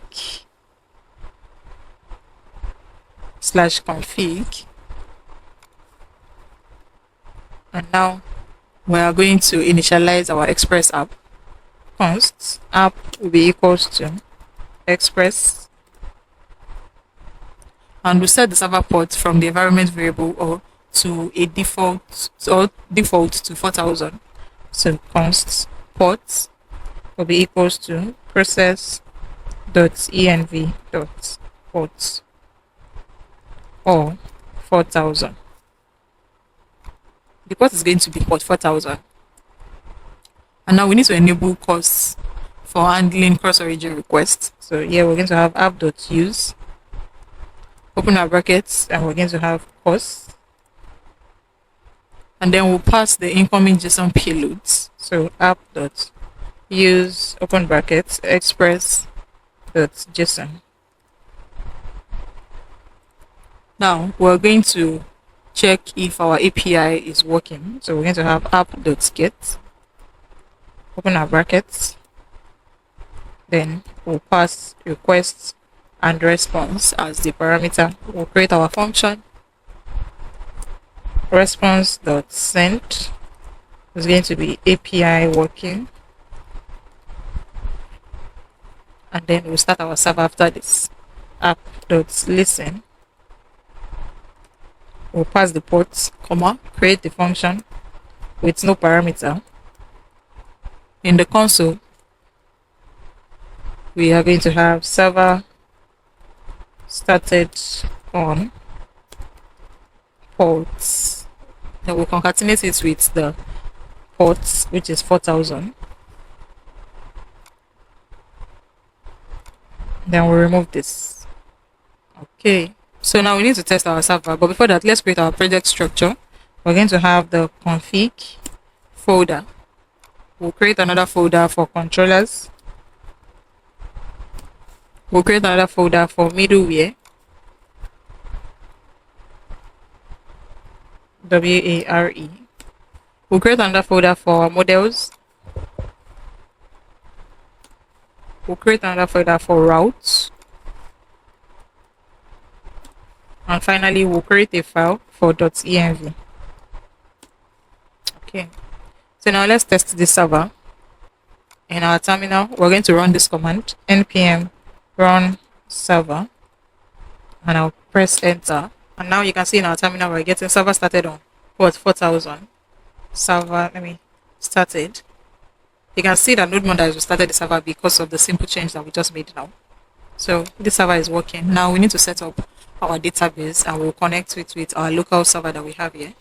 So I'll close all of these and we're going to visit the official website of MongoDB. So MongoDB Atlas, press enter. So you visit the website, click on the link, and it's going to lead you to the website. On the website, click on sign in. If you do not have an account, click on sign up. So I'm just going to log in now because I have an account. So when you visit the official website, you're going to create a new project. So we'll click on view all projects and then click on new project. We're going to create a new project here. We'll name our project to Restaurant Reservation MERN.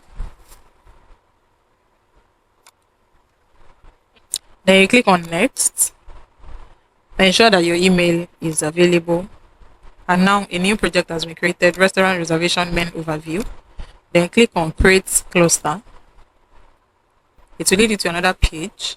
So to deploy your cluster, we're using the free package, Cluster 0. You can use any provider of your choice, Amazon Web Service, Google Cloud, Azure, whichever one. Then select the region that is closest to you. I'm in Africa, so I'm going to select Cape Town. And I will click on Create Deployment. And right now, you are going to change the password that you have here. Then you click on Create Database User. Then choose a connection method. Click on drivers. We're using Node.js, sorry. And this is the latest version. So we've already installed our driver for MongoDB. We have installed Mongoose. Okay. Now we're going to copy this line of code from MongoDB plus SRV down to where we have the /. You copy this line of code. You head back to your VS Code or whatever editor you're using. Then you type in MongoDB _URI will be equal to, you paste where you just copied now, and you're going to delete the /. So it's going to end with .net. Then you come here and click on done. So once that is done, you head over to the sidebar, click on network access, and then you're going to add a new IP address, allow access from anywhere, click on confirm. Once this new IP address has been active, you get a confirmation email. And now we can now continue with our code. So we're just going to click on clusters again, so that we're going to be on the clusters page. Once we have collection, we'll be able to click on browse collection. So let's create our code to connect our local server with our MongoDB. So in the config folder, we're going to create a file, mongodb.js, lowercase mongodb.js. Press enter. Then first we need to import the Mongoose library to interact with MongoDB. We're going to import Mongoose from Mongoose package. Then we're going to create a function to establish a connection to the MongoDB database. So I'm going to name the function connect database, connect DB, and it's going to be an asynchronous function with no parameter. Then we use an event listener to log a message when the database connection is successfully established. So here we have Mongoose, Ctrl-Z, Mongoose dot connection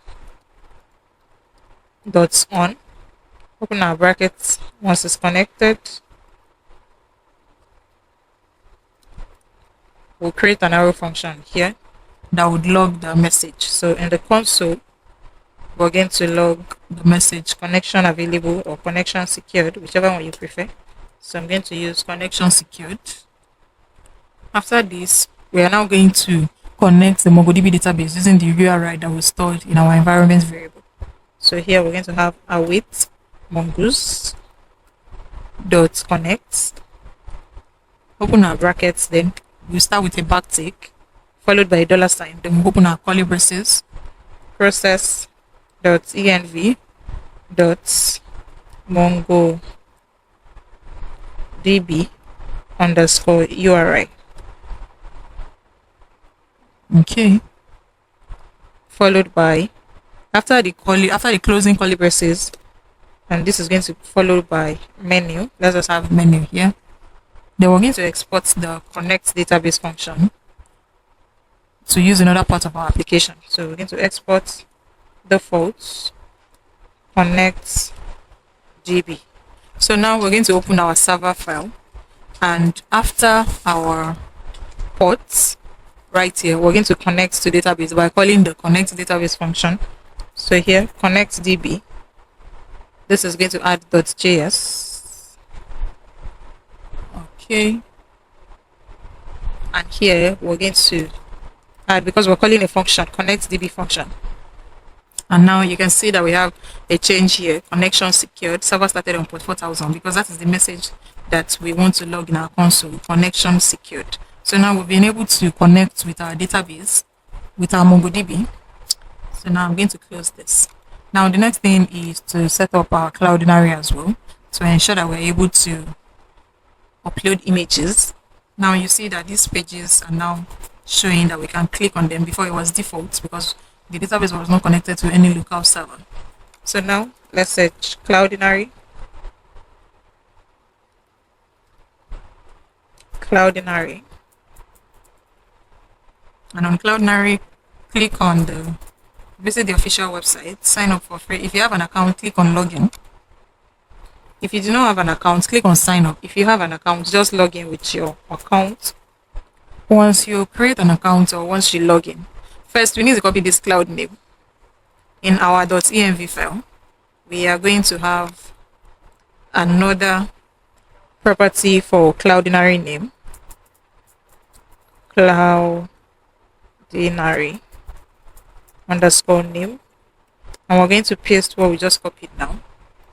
Then we can now continue. First, we need to click on go to API keys. And right here, you're going to click on generate a new API key. And it will ask for your email to send confirmation code. It will ask for the confirmation code that will be sent to your email. You're just going to copy and paste the confirmation code there. And you're going to click on approve. And a new API, it will be generated for you. You're just going to edit the name. I'm going to use mine as MERN Stack Restaurant Reservation.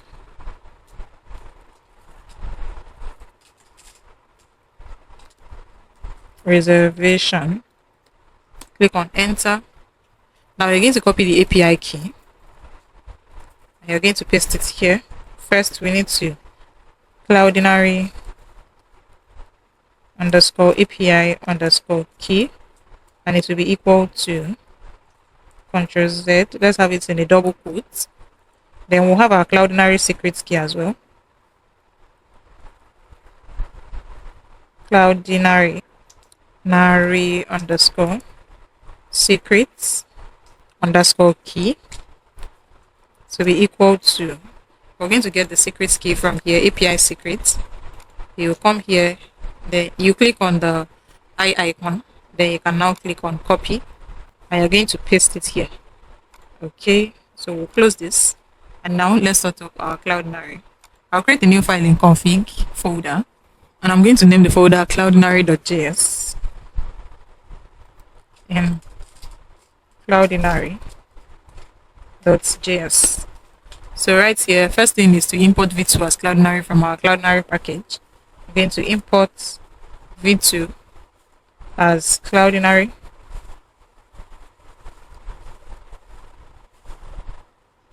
From Cloudinary package. Then we're going to create a function that's going to connect Cloudinary. It's going to be an asynchronous function. So const, I'll name the function connect Cloudinary, which is going to be an asynchronous function with no parameter. And now we're going to configure, I'll press enter, we'll configure our Cloudinary. So here, cloudinary.config, open our brackets, then our curly braces, we'll get the cloud name, and we're getting it from our env file. So process.env.cloudinary name. So I'm just going to copy the keyword here to avoid typo error. Then we need the API key. So API key will be process.env dots. We need the Cloudinary API key that we've stored in our env file. Then we need the API secrets. So here, API secrets key is going to be process.env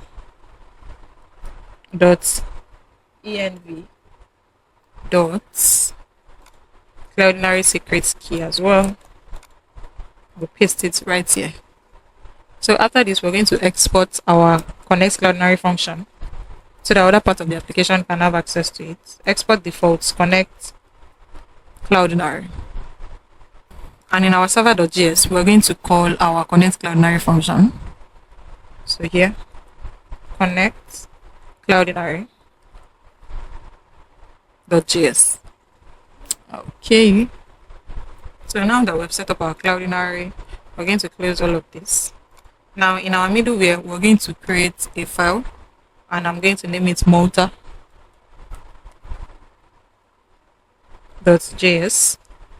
I'll click enter.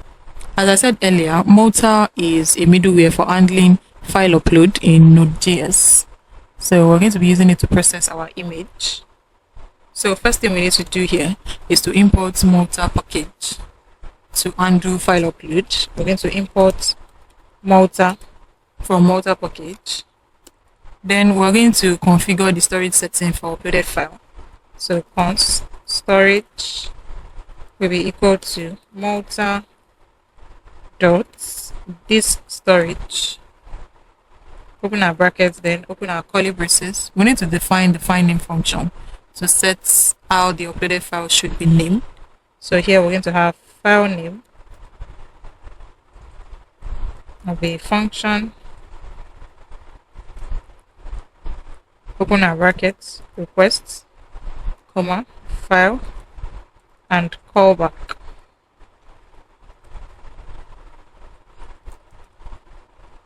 And now we're going to use the original file name of the uploaded file. So callback would be pass null, comma, file dot original name. After all of this, we're now going to create an upload instance using the defined storage configuration. So const upload will be equal to Malta, then we'll have a curly braces storage,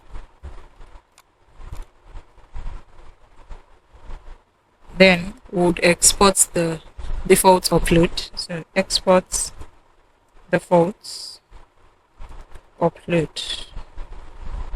So now that we're done with our Malta, we're going to close this and we'll start by creating functions. So in our controller function, I would create in our controller folder, I'm going to create a file. I'm going to name it user controllers.js.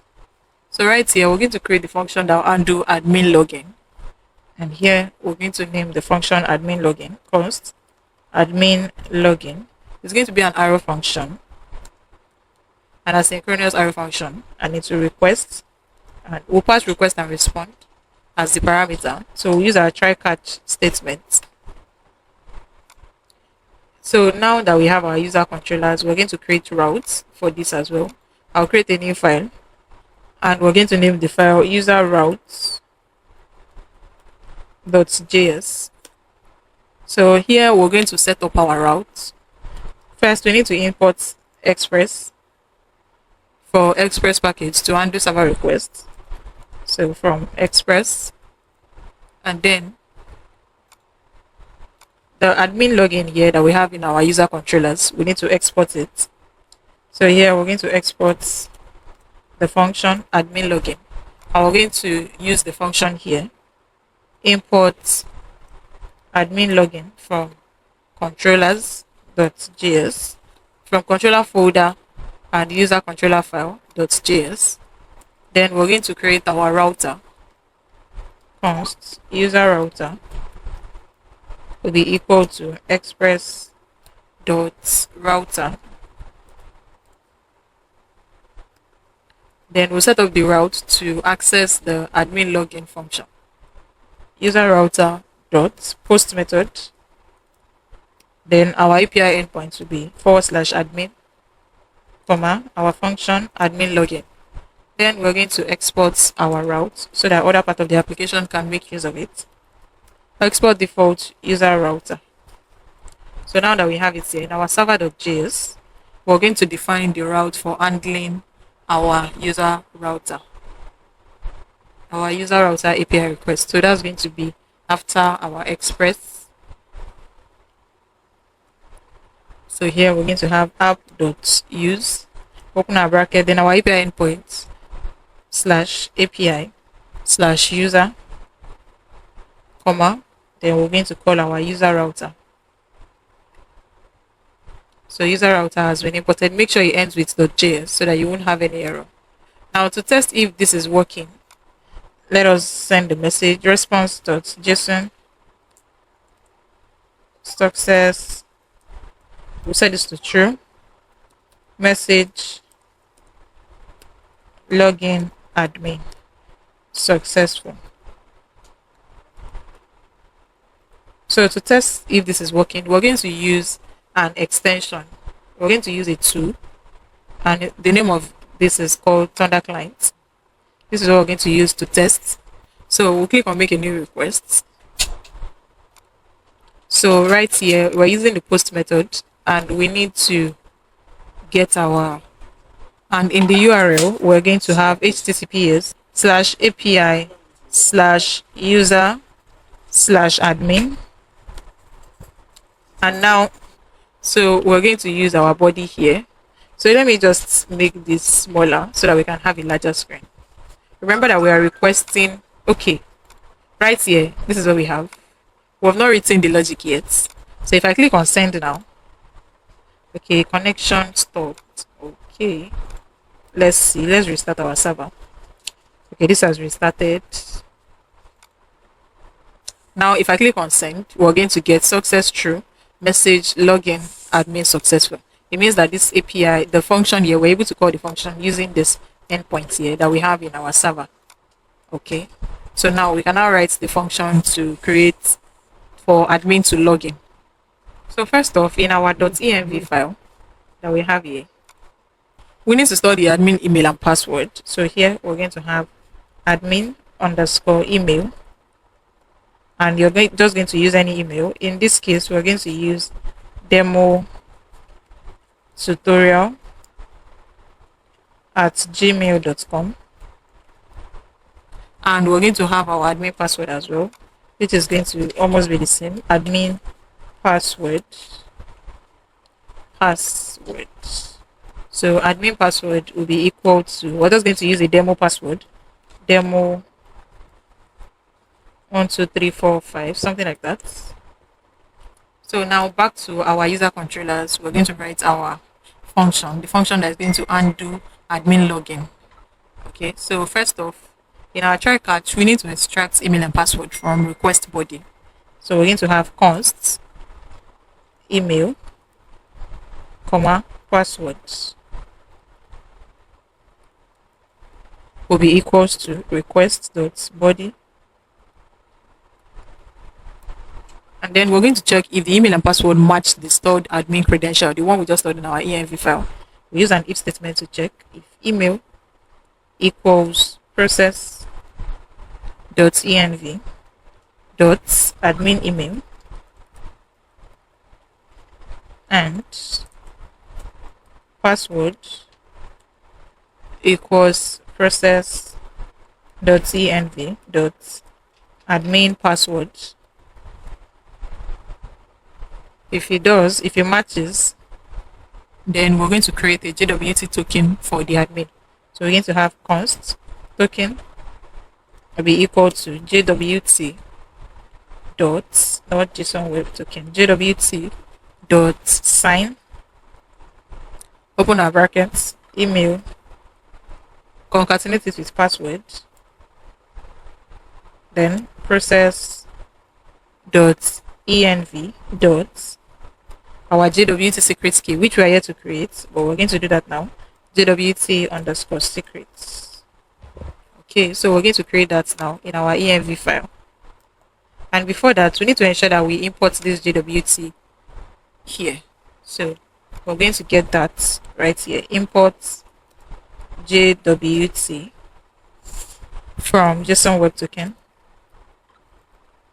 Okay, import JWT from JSON Web Token package. And back here in our env file, we're going to have our JWT secrets that I copied now. And I'm just going to give it tutorial because that is what this is. Tutorial. Back to our user controllers. Okay.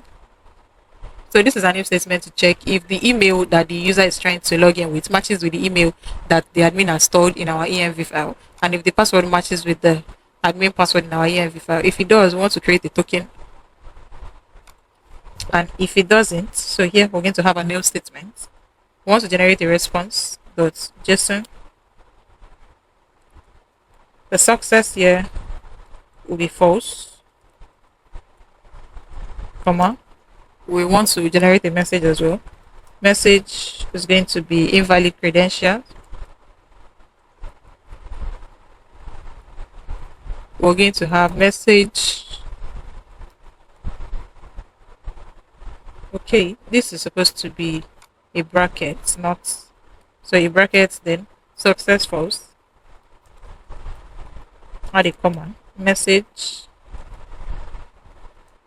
is going to be error. Invalid login details.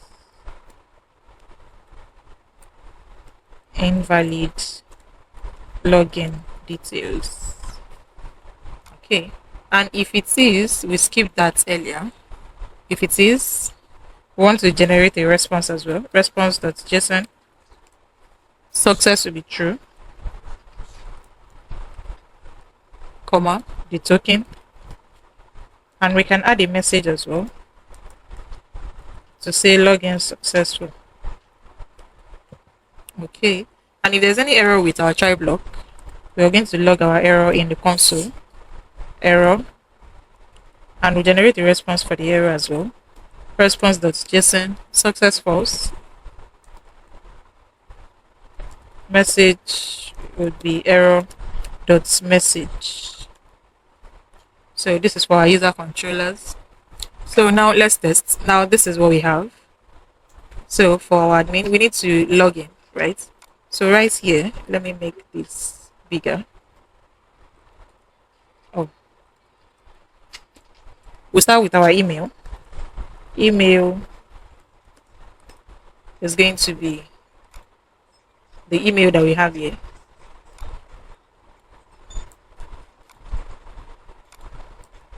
Comma. We'll have our passwords to be this as well. We're going to get the password from our env file, and I'm going to paste it here.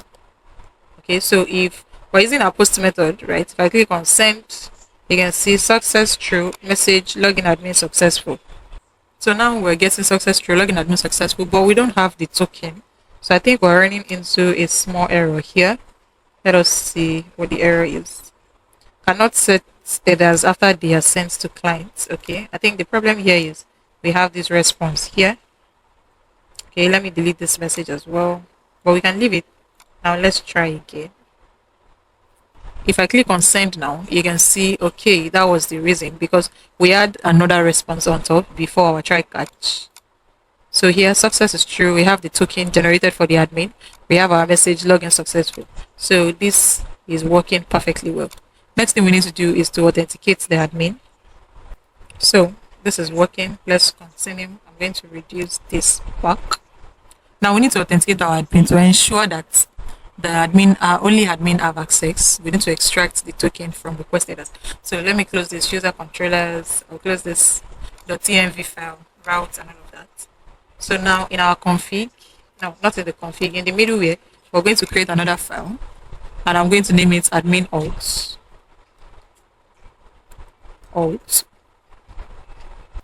Alt.js. I forgot to add .js. So this authentication is to ensure that when the admin logs in and the token has been saved, the admin can have access to do some things like adding products, removing products. That is what the authentication is for. So first, we're going to create a function, a middleware function to authenticate our admin. I'm going to name the function admin auth. So here, const admin auth will be equals to, it's going to be an asynchronous array function, and the parameters are going to be request, respond, and next. So first off, the usual try catch statement. In our try statement, we need to extract token from request headers. So const tokens will be equal to request.headers. If no token is provided, we want to return an unauthorized response. So if not token, return response.json. Success will be false, message will be unauthorized. Success false, message unauthorized user. And if there is token, we're going to, let me close this. If there's token, we're going to verify the token using the secret key stored in our environment variable. So const, we're going to create a variable token decode will be equal to jwt dot verify, open a bracket, and we're going to pass token, comma, process dot env dot jwt underscore secrets. Okay, and now we'll check if the decoded token matches with the admin credentials, that is the email and password. We're going to use an if statement to do that. Token decode, if it is not equal to process dot env dot admin email, concatenate it with process dot env dot admin password. So now we're going to export this so that it can be used in other protected routes. We're going to have export defaults admin auth. Okay, so the first thing we did, now we need to import the JWT that we're using. So we're going to import JWT from JSON web token. Okay, so first thing we did is to create a middleware function to authenticate our admin user to ensure that admin can have access to some things. Then we use our try catch block as usual. First, we extracted the tokens from request headers. If no token is available, if not token, we want to generate a response that the user is unauthorized. And if the token is available here, we are verifying the token using the secret key that we stored in our environment variable. Okay. And now we're using a new statement to check if the decoded token matches the admin credentials, which is the email and password. If it does, if it doesn't, that's why we have not here. If it doesn't, want to display a message, user is not authorized. And if it does, we want to move to the next step. If there's any error with our try block, our catch block is going to generate an error response. So this is for admin auth. We're going to use it in protected routes like adding products, removing a product in the admin panel, adding a product from the admin panel to save in the database and to display on the front end, those kind of stuff, etc. Now, the next thing that we need to do is to add products to front end. So I'm going to close this as well. Now we'll start with our controllers here, and we're going to create product controllers. So we're going to create product controllers.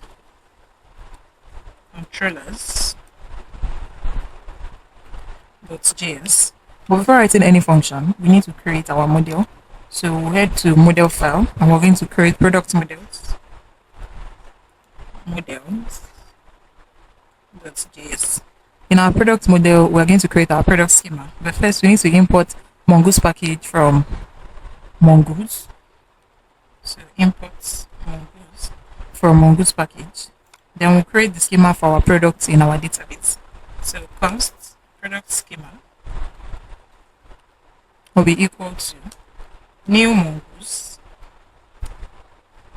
dot schema, open our brackets, then our curly braces, which is going to contain our objects. So first will be the name, and the type will be string, required will be true because it's required true. Then we're going to have the price as well, so add a comma after the curly braces, price. The type here will be number, required will be true as well, true. We'll add a comma as well. Then we're going to have description.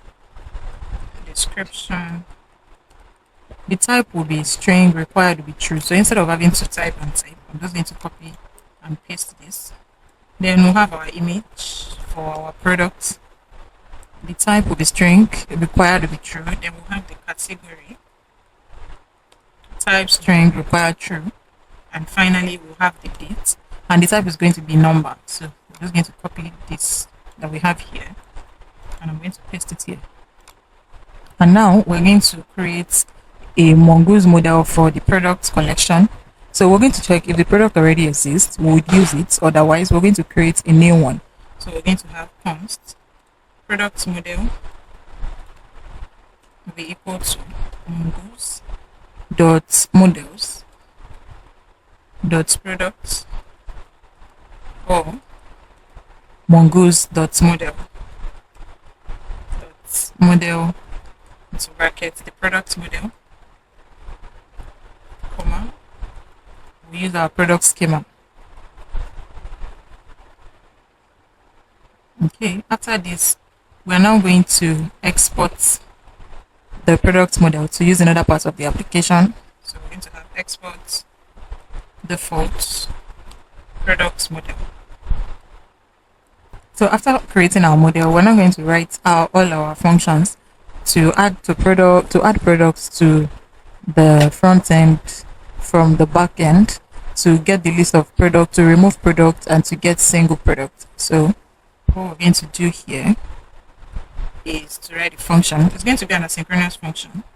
First, we need to create a function to add a new product. So add products will be equal to async arrow function, and it's going, the parameters are going to be requests and respond. Then we'll create the second function, which is to get the lists of products. It's going to retrieve all products from the database, and we're going to send them in our response. So const lists products will be equal to async, parameter will be request and respond.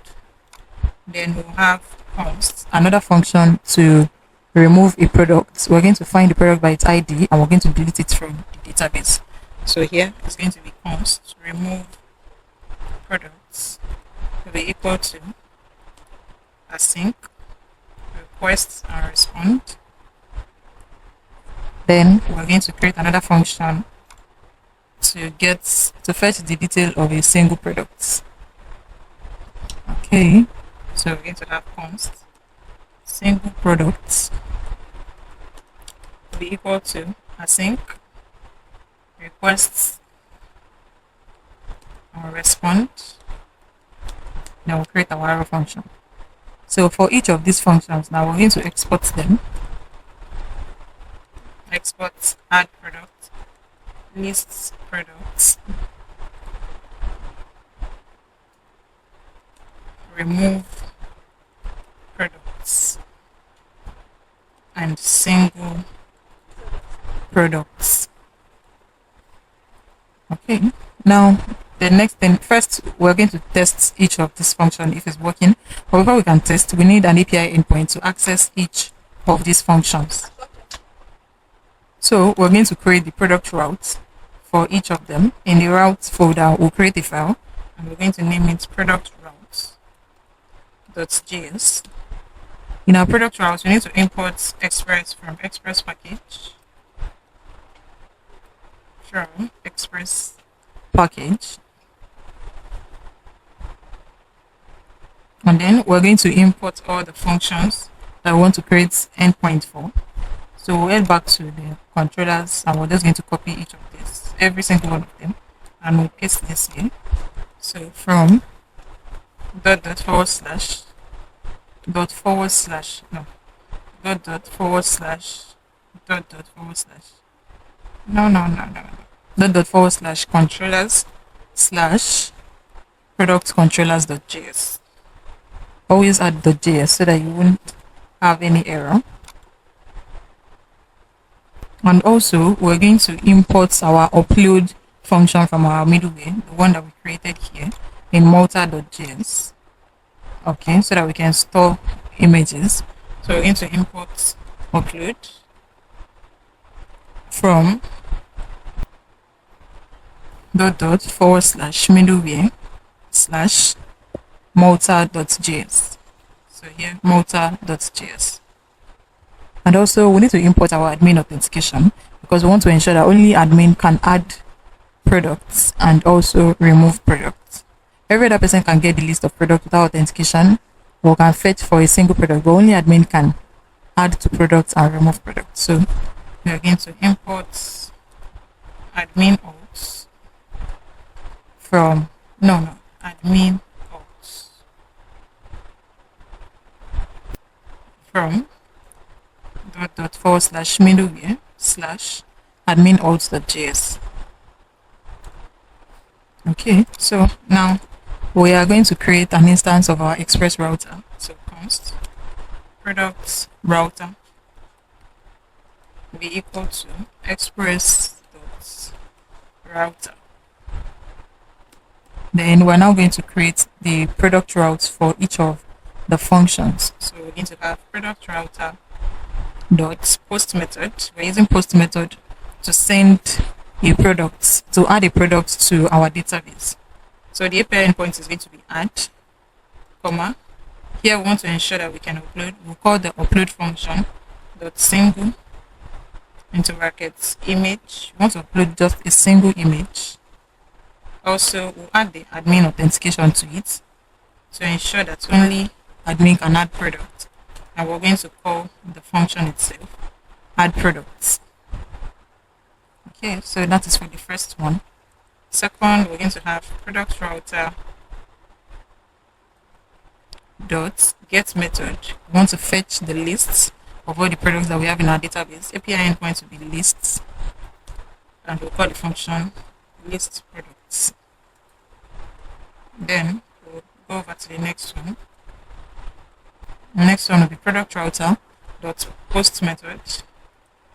API endpoint will be remove because we want to delete. This is for deleting, and we'll add our authentication admin auth to ensure that only admin can delete, and we'll call the function remove products. The next one will be for single products. Product router dot get. We want to get the detail of the product slash single. That is the API endpoint, and we're going to pass the function single products. Now we're going to export our product routers to be used in other part of the application. So export default product router. Now that we've created the API endpoint for each of these functions, we'll head over to our server.js, which is our entry point, and we are going to add it here. So here we're going to have app.use. The API endpoint for the product route itself will be forward slash API slash products, add a comma, and we'll call our product routes products router. Okay, and if we check here, it has been imported. Always ensure that it comes with .js. If it doesn't, just add .js yourself. So now let's test. Now that we've set up the routes to access the functions that we have in for our product controllers. So you know what we're using to test our Thunder client. And right here, let me minimize this so I can have a larger screen. Okay, so we'll head back here to add products, right? So let's just send a message, response.json, success, true, message, added to products. I don't know, something like that. What a typo error. Okay, so remember that we're going to use the post method to add. So this is the post method. Now this is going to be http localhost port 4000 /api/ this is going to be products /add. If I click on send, connection was interrupted. Okay, let's restart our server. So now if I click on send, we're going to get success false, message unauthorized user. And the reason why we're getting this is because in our admin authentication, we want to ensure that there is a token available. The admin is logged in. So first off, to test this, we are going to get the token from request.headers. That means that we need to first log in the admin details to have access. We need to ensure that the admin details is stored in our headers to have access to add-in products. Okay, so now what we're going to do, we're going to use the post method to log in. So here is going to be /user/admin, which we have tried yesterday when I was recording this. Okay, so this is still the, so I'm going to click on send now. This is the token. We're going to copy this token now that is generated for the admin, and we'll head to headers. We'll come right here in the headers. Let me make this small. In the headers, we're going to type in token, and the token we're going to paste what we just copied. Okay, now that we have that in token, in the body, we're not going to have nothing. Let me just delete this. Okay, now we want to have access to these protected routes for our product controllers, and it's going to be to add to products, right? It's going to be /product/add. If I click on send, we're going to get success true, message added to product. Okay, reason being that in our product controllers, in our product route, we already added an admin authentication to ensure that only admin that is logged in can have access to add products. Only when the token is saved can the admin have access. Only a registered user and a person with the right credentials to the admin panel can have access to add to products. Okay, so let's say we remove the authentication that we have here now. Okay, and now we head back here, and in our headers, let's say I cancel this. Now we have no authentication, right? And we just click on send. Okay, our server is just restarted. Okay, so if I click on send, we're going to get success true, message added to products. Remember that I just removed the token, which means that anybody can have access to the add to product. If I just do Ctrl+Z, we are back to adding authentication to our products. Okay, without the token, no one can have access to add products. So now if I click on send now, send, we're going to get success false, message unauthorized user. Okay, so now that we understand this, now we can now write the function to add to product and ensure that there's a token when we're testing this out. So let me enlarge this back and let's write our function to add products. So right here we start with our try catch statement. Try catch. In our try block, we are going to extract product details from request body.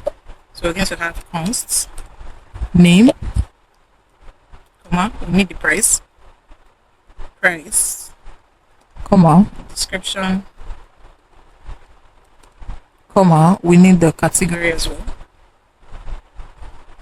and this will be equal to request.body.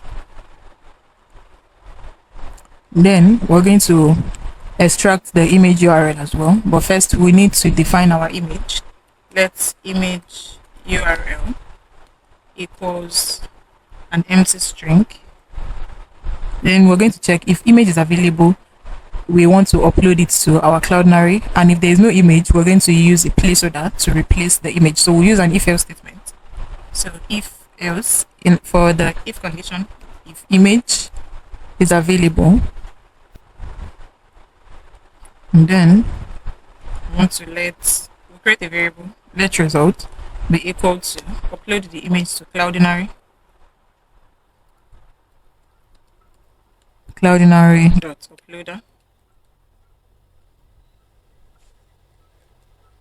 upload into brackets the image part, image dot parts, add a comma, then the resource type underscore type will be image.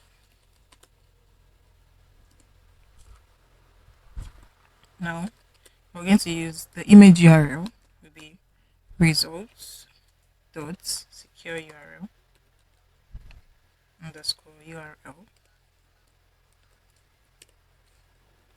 Okay. Else the image URL will be replaced by a placeholder, just a regular placeholder, https://var.placeholder.com/150. This is just a dummy placeholder. Okay. Then after this, we're going to create a new product object with all the necessary details. So we're going to name that product data const. Product data will be equal to name, description. Oh no, description. I hope you didn't import anything. Okay, description, comma, category, comma, price. And we must ensure that the price must be a number. So here, number, then we'll pass price, comma, we'll have the image, which is going to be our image URL, comma, the dates. We need to save it as the current date stamp. So we use the dates.now method. Now, we are now going to log the product data in our console. So log in console product data. After this, we'll create a new product instance to save it to the database. So we're going to have const product will be equal to new product.model product model. We're going to import product model. So let's not forget that. Product data. Then now we'll save it. Await products.save. Okay, so we've saved this to our database. If this is successful, we're going to generate a response to say success true, message, product added successfully.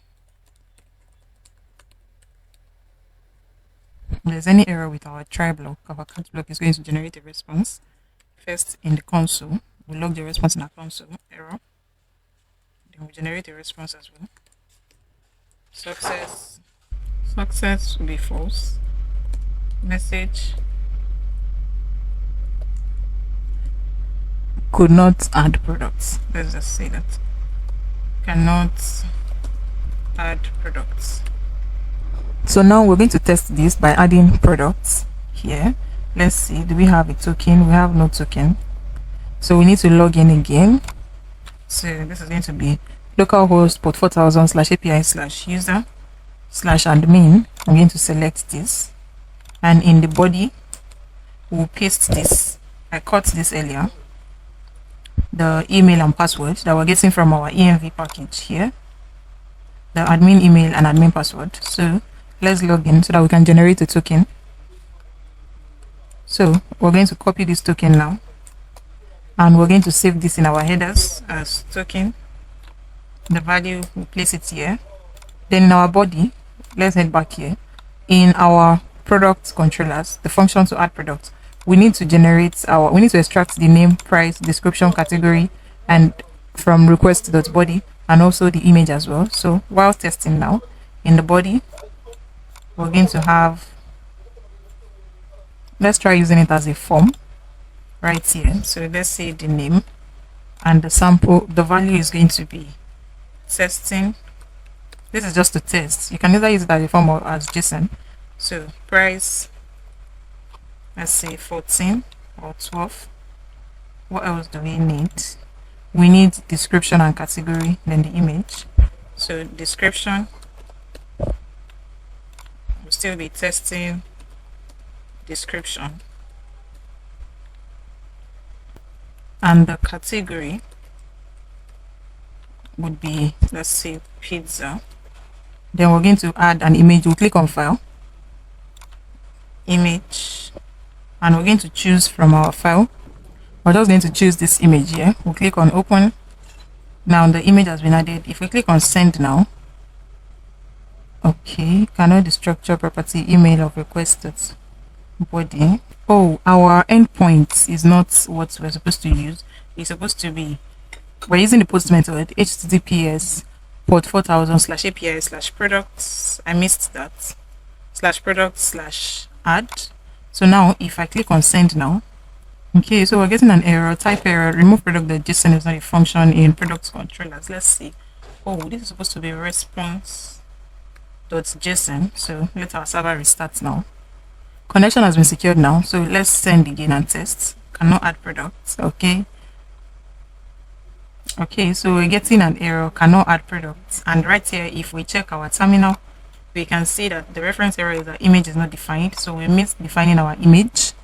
So right here, we need to get our image from file. So we're going to have const image will be equal to request.file. This should suffice. Now let's test again. Our server has restarted. Connection is secured. If I click on send now, we have another error, cannot add products, because products model is not defined. We need to define products model here. When coding, error is your friend. Always check. So here we're going to have products model from our models from models/products model.js. So with this now, our server has restarted. And also we are uploading our image to Cloudinary. So we missed importing Cloudinary as well. So after our product model, we need to import v2 as Cloudinary from Cloudinary package. Okay, now let's test. So if I click on send now, you can see success is true. Message product added successfully. And in our console, we are getting the object, the product data object, from the name to the description to the category to the price to the image and to the dates. Okay, so now we've imported our product model, Cloudinary, we've defined our image, gotten our details from request.body. So this function is working. Next thing is the list product function. So for our list product now, we'll start with our try catch statements. And in our try block, we're going to fetch all products from the database. So we're going to have const products will be equal to await products model dot find, open up brackets, we want to find all the objects, and we're going to generate the response dot JSON. The success will be true, and we're going to display all the products. If there's any error with our try block, our catch block will be responsible for that. We'll log the error in console, and we want to generate a response as well. Success would be false, message would be error.message. Okay, now let's test this as well. So for this, the API endpoint is, we're using the get method, and the API endpoint is /list. So back here, this is going to be /list, and we're going to use the get method because we want to fetch products. Let's make this bigger. Okay, if I click on send now, we should have all the products that has been added. We added just 2 products. Success true. The first, this is the products array that includes all the objects. This is the first product and this is the second product, although they have the same name. So let's send other product as well using the post method, and we'll change the API endpoint to add. So we'll change this to testing name. We want to add more products. Price will be 14, testing description, category would be drinks, we'll leave the image as it is. If I click on send here, this product has been added to cart. That means we have 3 products now. Let's say testing sample, and the price is 16. Testing sample. For the description, testing sample, and the category here would be chicken. We're just going to leave the image as it is. We'll click on send. Product added successfully. Now let's see if we can get the 4 products from our database using the get method, and we'll change our API endpoint to be localhost port 4000/API/product/list. If I click on send now, we are going to get 4. Okay, this is the first one with the ID, the name, the price, the description, image. Because we're using the free version of Thunder Client, we're not able to send the actual image, but it's going to be saved in Cloudinary, and we'll be able to extract it in our admin panel. Okay, this is category pizza. This is the date in real time. This is the same thing here. Now this is the third one, testing name, price here, description, the image, the category is drink, and the dates. The last one, testing sample, price is 16, description, category is chicken. As you can see, we're able to fetch the list of the products. So let's enlarge back and get back to coding. Now the next function that we need to work on is to remove products by ID. So we would continue with our try catch block. Try catch statements. In the try block, we want to delete products by ID from our database. So it's going to be await product model dot find by ID and delete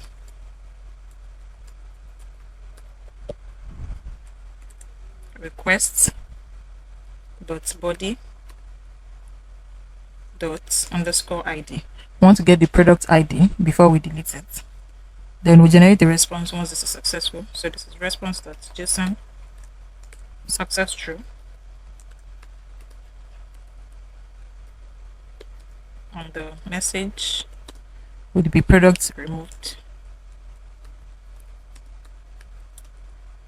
If there's any error with our try block, our catch block is going to log the error in console and generate a response. So this is it right here. So let's test this now. Now we have the list of all the products here. So this is the first product, this is the ID. Let's say we want to delete this product here. So we'll add here to our JSON file. Let me cut this off. And let's recopy this. Now I'm going to copy this ID now. Then we'll head here to our JSON file. Then I'll cut this. Yes, underscore ID in a quotes, underscore ID, and we'll paste the ID of what we just copied. Then we'll go back to our product route. Let's see the method we're using. We're using post method. API endpoint is /remove. So we'll come here slash remove, and we're using the post method. We want to remove this product here that has the price of 12, description, testing description, category pizza. If I click on send, we should get the message success true, message product removed. Okay, you know we have 2 of these. If I click on send again, success is true, message product removed. The 2 products has been removed. Now if we want to get the list of all the products, initially we had 4 products that we've added. Now we should get just 2 products. So let's say we want to get the list of all the products, and I click on send. We're going to get 2. First is testing name, and the second will be testing sample. We've removed the product with this ID. Okay, let's say we want to remove this product here with the name testing sample. If we remove this, we're only going to be left with 1 product when we try to fetch the product list. So let me copy the product ID that we have here. I'm going to copy this and I'll replace it here. We're going to use the post method. Our API endpoint will be remove. If I click on send now, success is true, product has been removed. Now if we're going to get the list of all the products that we have, we'll be left with just 1 product. If I click on send, we're going to be left with 1 product. Okay, so this is just what we have now. We've deleted the products with the name, testing sample, the ID, and everything has been cleared from our system. So now we are able to remove products, get the list of products, add products. We'll come back to getting the detail of a single product. So I'm going to close everything that has to do with products, controllers, everything. Now we are going to create the model for reservation. So on the model folder, we create reservation model .js. So we'll start by importing Mongoose library to interact with MongoDB. So we're going to import Mongoose from Mongoose package. Then we'll define the schema for a user reservation in MongoDB. Const reservation schema will be equal to new Mongoose dot schema, open our brackets, then we'll have our object. The name, we'll start with the name. The type will be string, required will be true, we'll add a comma. Then I'm just going to copy this for email because the type will be string, required to be true as well. Then we're going to have phone number, Ctrl Z, phone. The type will be string, required to be true. The dates, type will be string, required to be true. The time, type string, required true. And the number of guests, type string, required true. After this, we're going to export the Mongoose model for reservation schema. So we're going to export defaults mongoose.model reservation, comma, reservation schema. After this, we're going to create our controller for reservation. We're going to have reservation controllers.js. In our reservation controllers.js, we're going to need our reservation model. So we need to import it first so that we will not forget it. Reservation.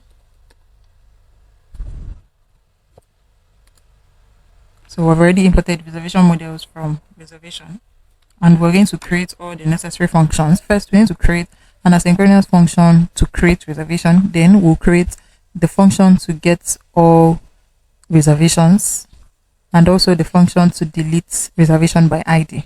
So the first function to create reservation is going to be an asynchronous function, async, and the parameter is going to request and respond. Second is to get all reservations. So we're going to have const get all reservation. It's going to be async. Request parameters will be request and respond. And the third, const delete reservation will be equal to async requests and respond. Then we're going to export all the functions to be used in other parts of the application. Export create reservation, get all reservation, and then delete reservation. After this, we're going to create the route to enable us to have API endpoints for each of these functions. So in our route folder, we're going to create a new file and we're going to name it reservation routes.js. In our reservation route, we'll start by importing Express from Express package. Import Express from Express package. Then we'll import all the necessary functions that we need from our reservation controllers. I'm just going to come here and copy, then paste it here. So from /controllers/reservation controllers.js. and we're going to create the router. Const router will be equals to express dot router.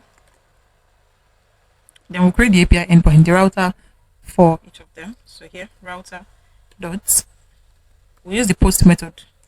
Then the API endpoint to create reservation will be / create, and we'll call the function create reservation. Router dot. We use the get method to get all reservation. This is going to be get. I prefer to use get. Okay, now to delete a reservation, router dot delete. Open our bracket. Okay, this is supposed to be router, not route. API endpoint will be /delete /id. We need an ID for this. Then delete reservation function. Then we're going to export default router. So now we are going to set up the routes in our server.js for our reservation route. So we'll come here after our product route. We're going to use app.use. Then we'll open our brackets right here. We'll open brackets. Then we'll pass our API endpoint /API /reservation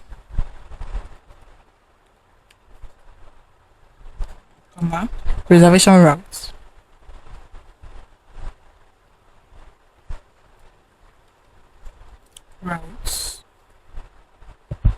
Okay, let's check here. Did we export it? We did. So reservations, we'll add an S. Let's just add an S to it. Reservation routes. And I'm going to import it here. Import reservation routes from dot /route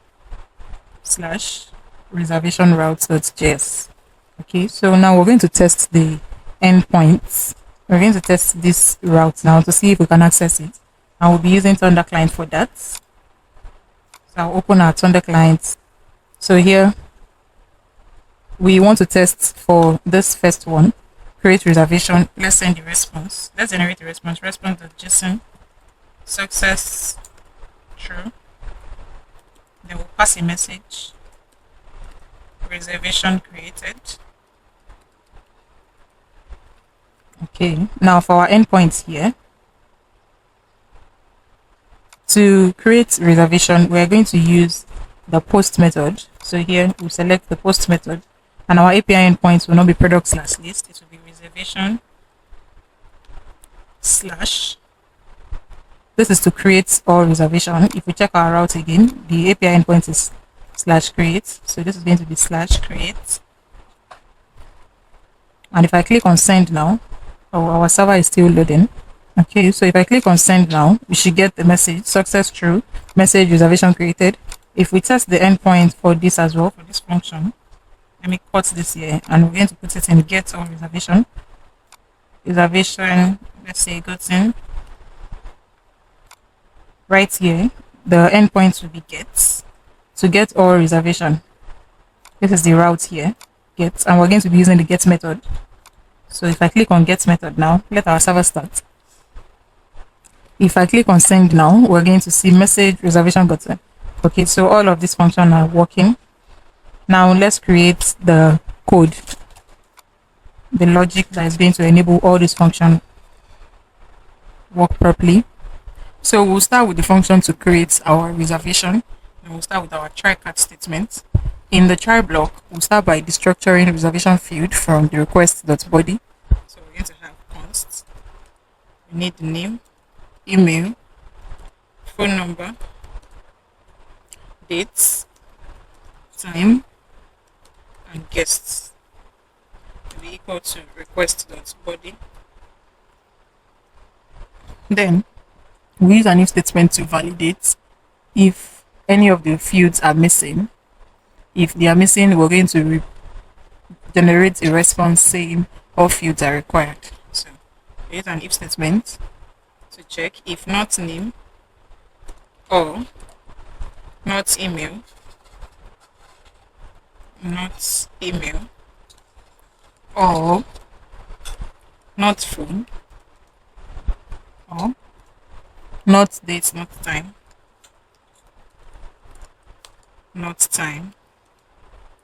and not guest, or not guest. They want to generate a response saying that all fields are required. So we're going to return response.json success false message all fields are required. After validation, if all the fields are filled, we are going to create a new reservation instance using our reservation model. So I'm going to uncomment this. So right here, we're going to have const new reservation will be equal to new reservation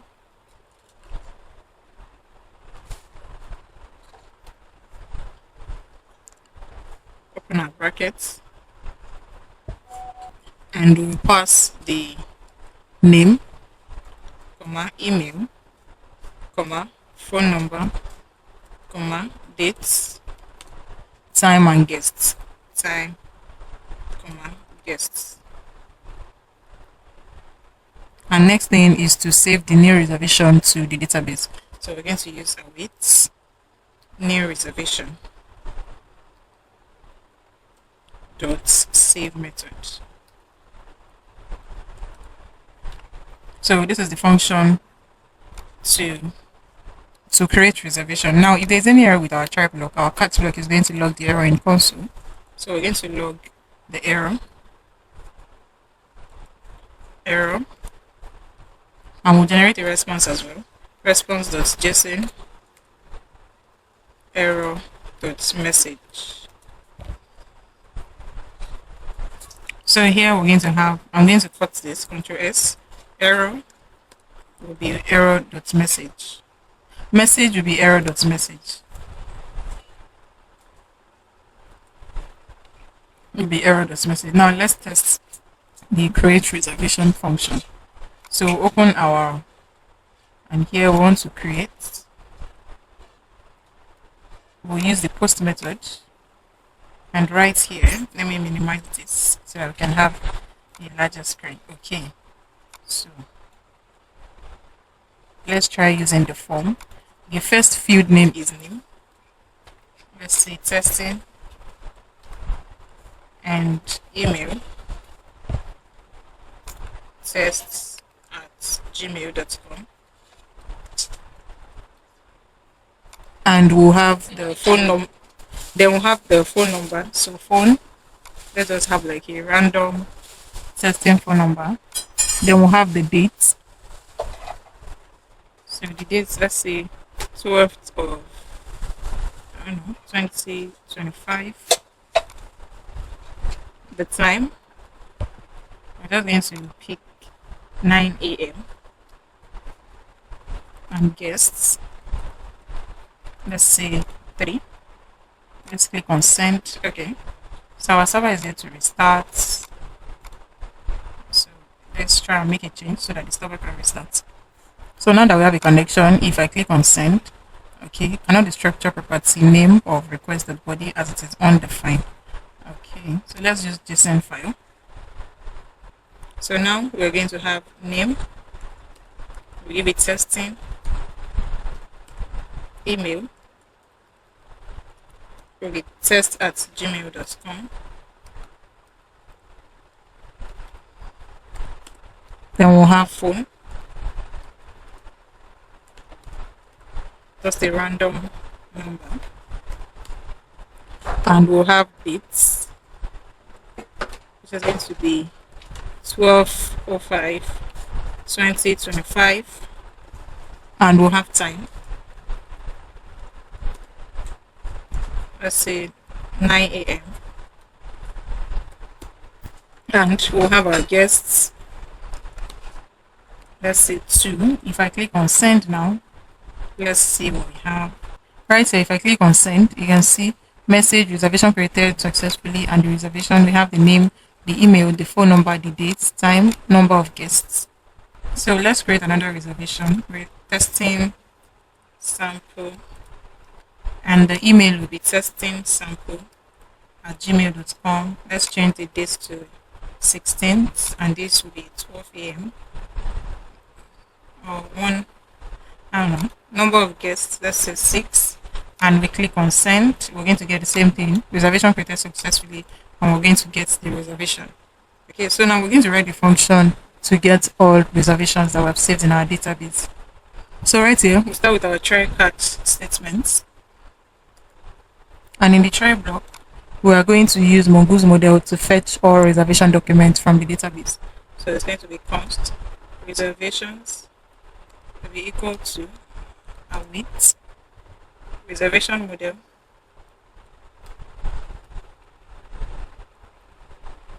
dot find method, and after this we're going to send the fetch reservation back in the response. So we're going to have response.json reservations.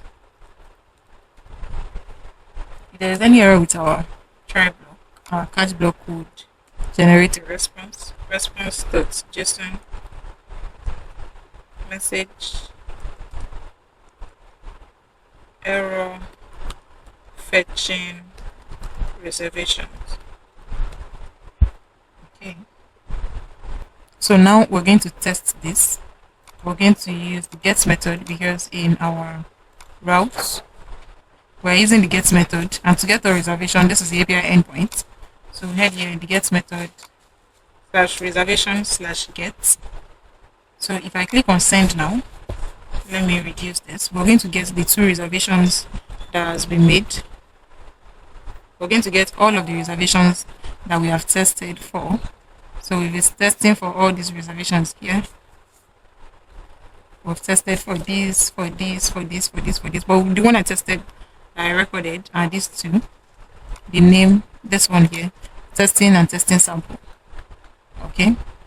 So now the next thing is to create the function to delete a reservation by ID. So we're going to delete all these reservations. So we'll head back here.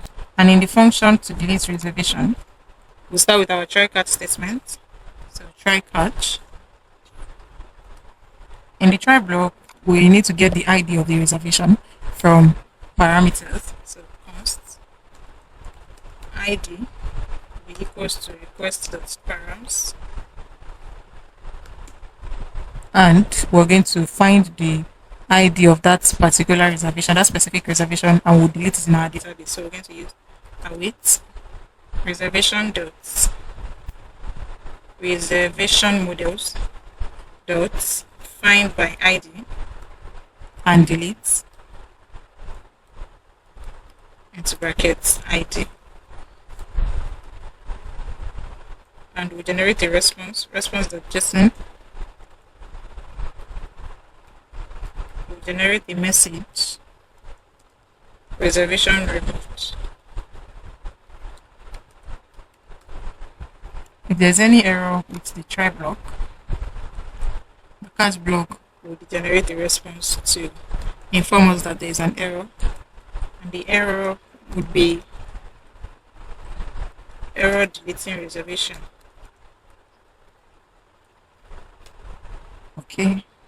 Okay, so now we have the function to delete reservation. So we'll now move to the admin. I'm going to close everything that has to do with our backend, and we'll open our admin folder so that we can work on our admin. On the admin panel, I'm going to right click on the folder and open it in integrated terminal, and we're going to run this command: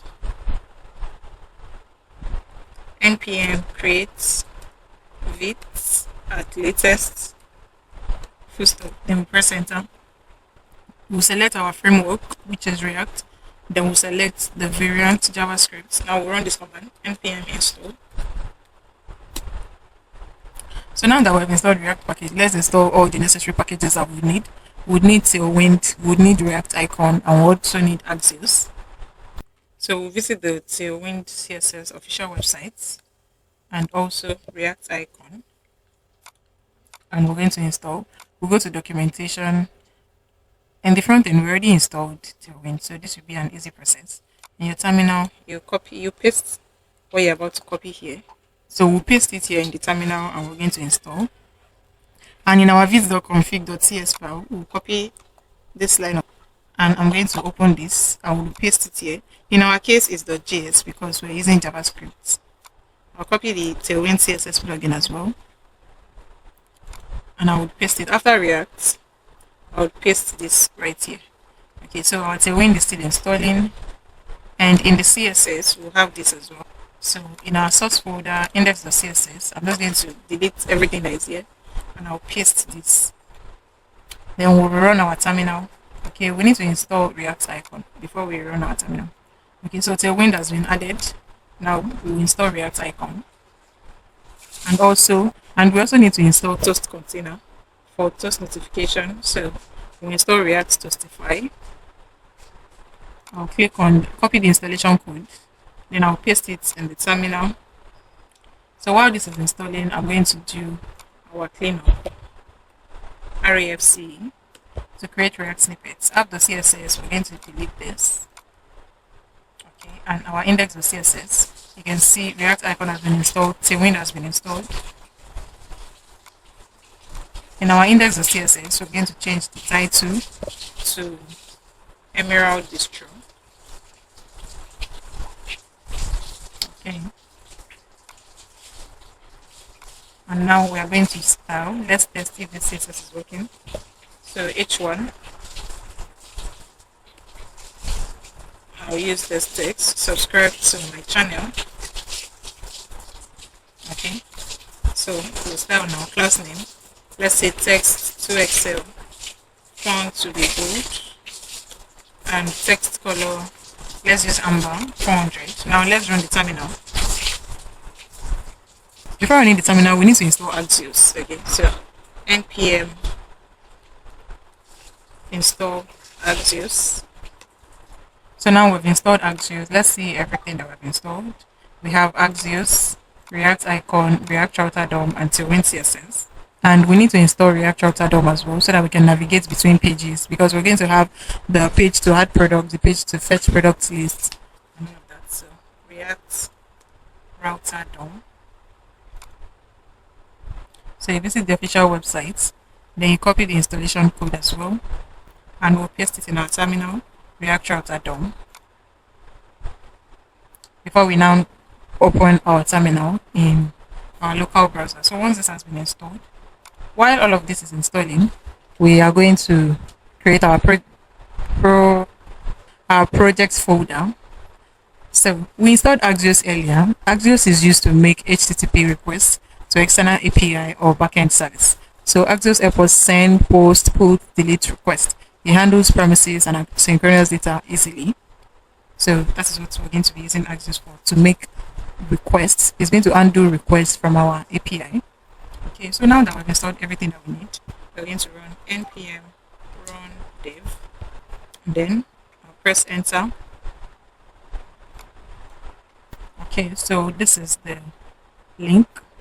We'll click on follow link. But before clicking on follow link, you can see here that we have port 5173 is in use. Try using another one, and it's giving us this option to use this port 5174.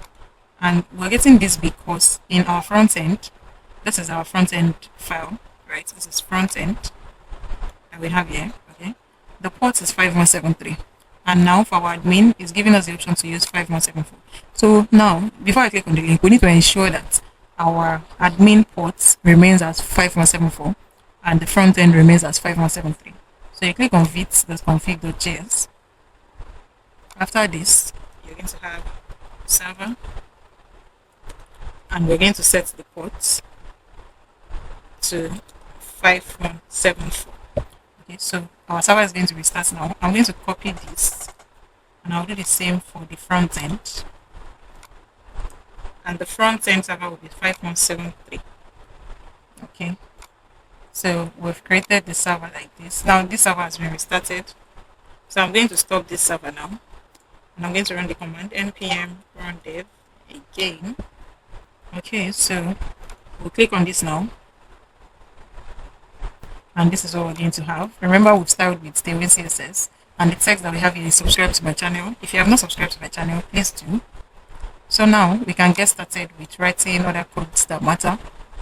Now that we have everything, in our source folder, we'll create the file, a folder, and the folder name will be components. Then we'll create another page, and we'll name it pages. Then for our assets, we need, I'll delete this.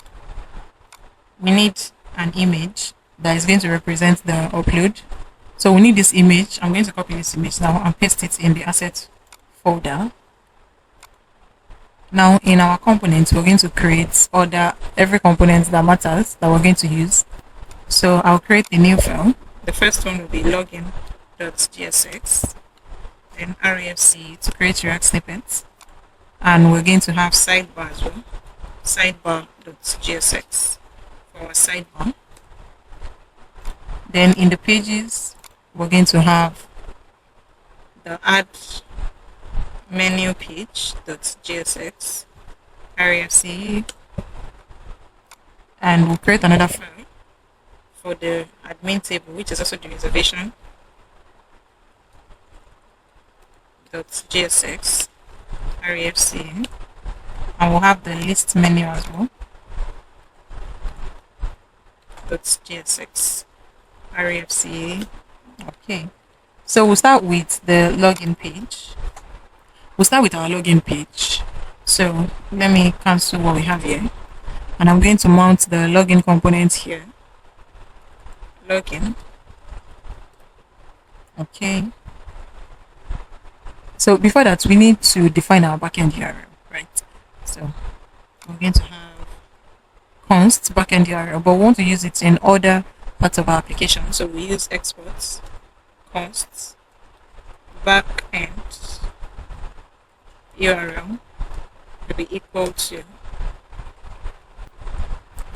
our backend address, which is http://localhost port 4000.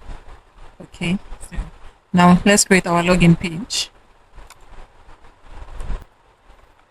For the login page, let me delete this. We'll create our div tag, and in the div tag we'll have another div tag. Then we'll have an h1 tag that will take this text admin login. After the h1 tag, we'll now have our form tag.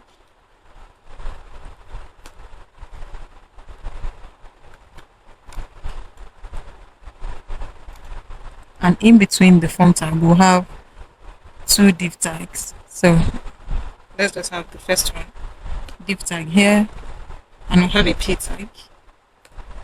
The p tag is going to take email address, and then we'll have our inputs for texts. The email address, inputs for email, inputs for email. We'll have our placeholder enter email, and also it's going to be required. Then we are going to have our password input field. So I'm going to copy this div here, and I'm going to paste it here, and this is going to be password.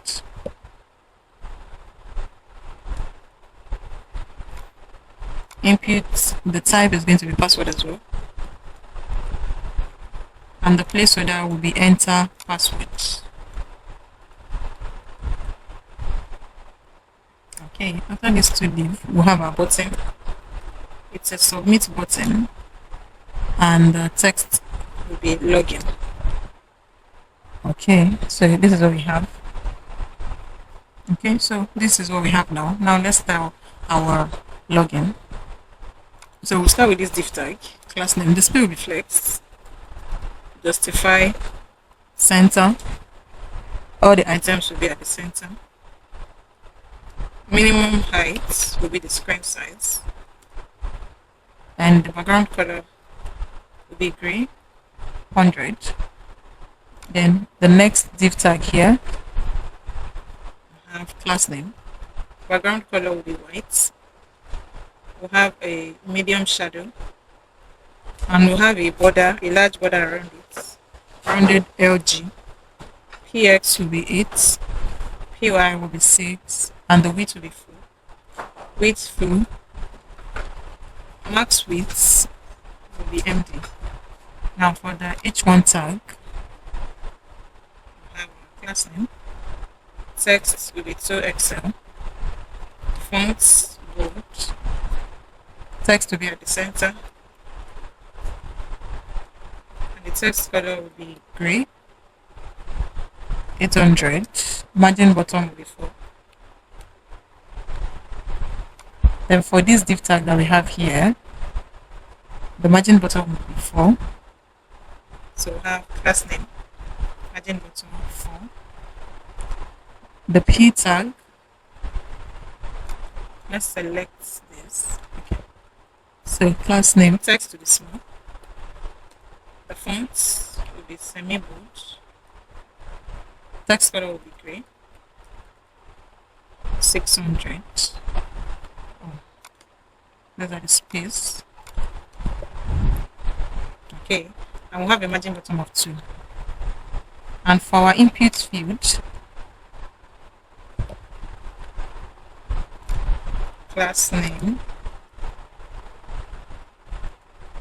the width will be 95%. PX will be 3, PY will be 2. We'll have a border, and the border color gray. 300. Want a border radius around it.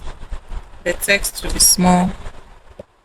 On focus, outline will be none.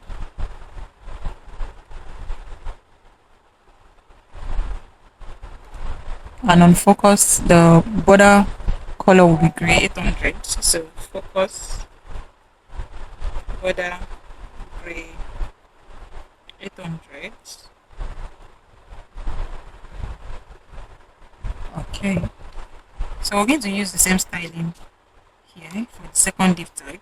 So I'm just going to copy this and paste it here. This P tag as well. We'll do the same. We'll copy this and I'll paste it here where we have the P tag. And I'll do the same thing for the input field because we're using the same styling. So I'll just copy it from here and I'm going to paste it right here. Now we'll start with the button. So here we'll have class name. The width will be full. PX will be 3. PY will be 2. The text will be large. The font will be bold. The background color will be amber. 500.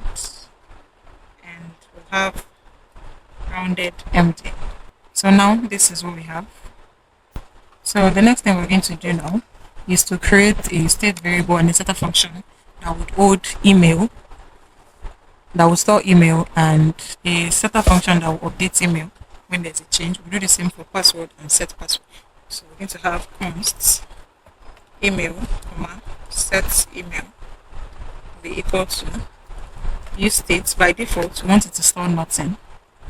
Then we have const password, setter function, set password. By default as well, use state, it will store an empty string. Okay. Then on each of the input fields for both email and password, let's start with email. Right here, we are going to bind the value with the state variable that we have. So value here will be the email, and we use an onChange method to update the input when there is a change using the set email.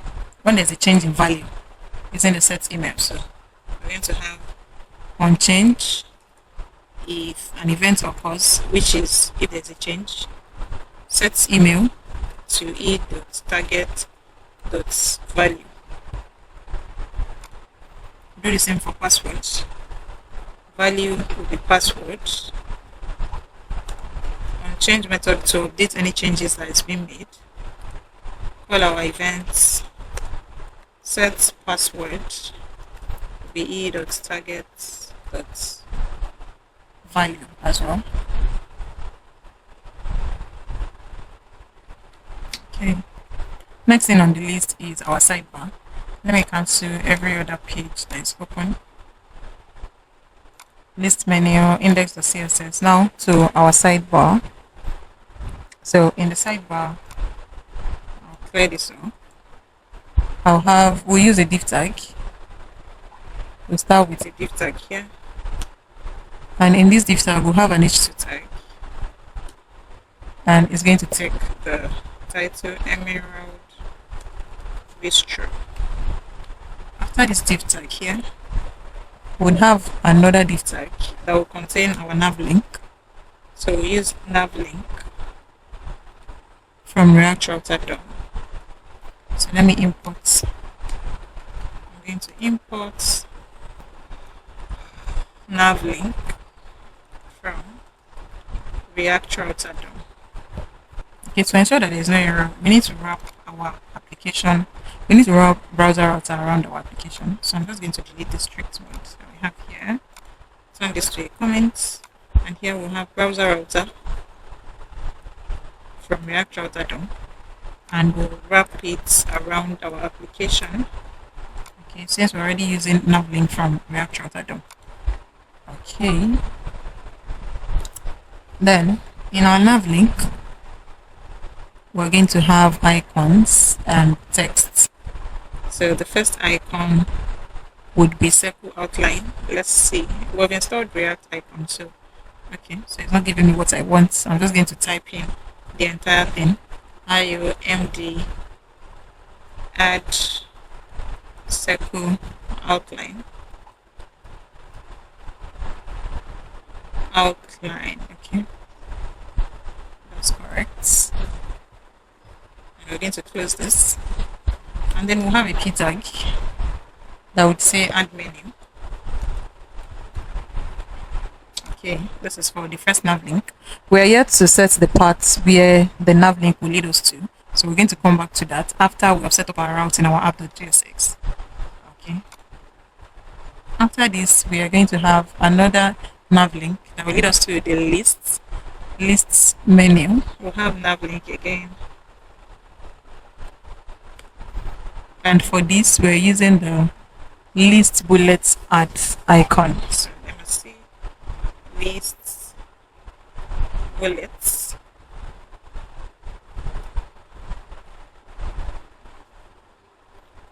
add. Okay. From MD. So okay, the best thing is I have these icons already. So I'm just going to paste it right here. Okay, this is the icon, and then the name would be menu lists. Okay, then we'll have the third link, nav link. There should be a space in between all of this so that our code will not be jump packed. Then our icon here will be for, we're going to use the same icon for this list since we're getting reservation lists. And our p tag, the text will be reservations. After the nav link, then we'll have a button to log out.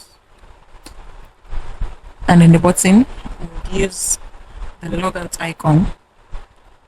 And this is the text. And we'll have a p tag that will say log out. Okay, now we need to import all of these icons. Okay, I'm just going to paste them here. If you're wondering where I'm getting these icons, visit the official website here. You visit reacticons.github. Okay, you visit this website, reacticons.github.io/reacticons. You're going to see several icons that you can choose from based on what you want to use it for. Okay, so we have like several icons here that you can use. So this is where I'm getting all of these icons that I'm using. So like the list icon now, bullets. Okay, if I just type in bullets or I just type in list, I'm going to get So this is the icon that I'm using for the list icon. You're going to copy this, paste it at the upper section of your code. I've done that. And you're going to copy the icon tag and paste it wherever you need it, which is the same thing that I've done here. Okay, so let's use another icon for the reservation, right, so that you can understand what I'm talking about. Let's say I want to use this icon for our reservation. I'm just going to copy this. I'm going to paste it right here. Then I'll copy the icon tag and I'm going to paste it where I need it. So here I need this for reservation. I'm going to paste it here. Okay. Right, and we're going to have this icon. Okay, it's that simple. Just visit the official website, type in whatever you want, and there are several icons that you can choose from. So let's continue with our project. Now that we have our sidebar, I'm going to mount it here, but we're still going to do some restructuring. But for now, let's see what we are doing. So our sidebar would be in our app.jsx. So this is what we have in the sidebar. Okay, so let's do some restructuring before we now start to style the sidebar. Okay, so the first thing we're going to do is to ensure that the user is logged in before they can access our sidebar. Okay, and to ensure that the user is logged in, we need to get their token, because while we were testing at the backend for admin login, we generated a token for the admin that has the correct credentials, which is the email and password. So right here in our app, we're going to create a variable that would hold that token, and a setter function to update the token when it changes. And by default, use state, we want to save our token in our local storage. So we're going to have local storage dot get item. I want to get the token or nothing, an empty string. Okay, then we're now going to use effects to create a function. Then we would call our local storage dot set item, our token, token, and we'll pass token as a dependency array. Okay. So now the logic behind this is to ensure that the user is able to log in before they can access the sidebar, right? So right here, we're going to use a ternary operator to check if token is available. We want to display the sidebar. If it is not, if the token is empty, the user must log in. So here we're going to have token is empty, right? Then we want to do this, and if it is not, we want to do this.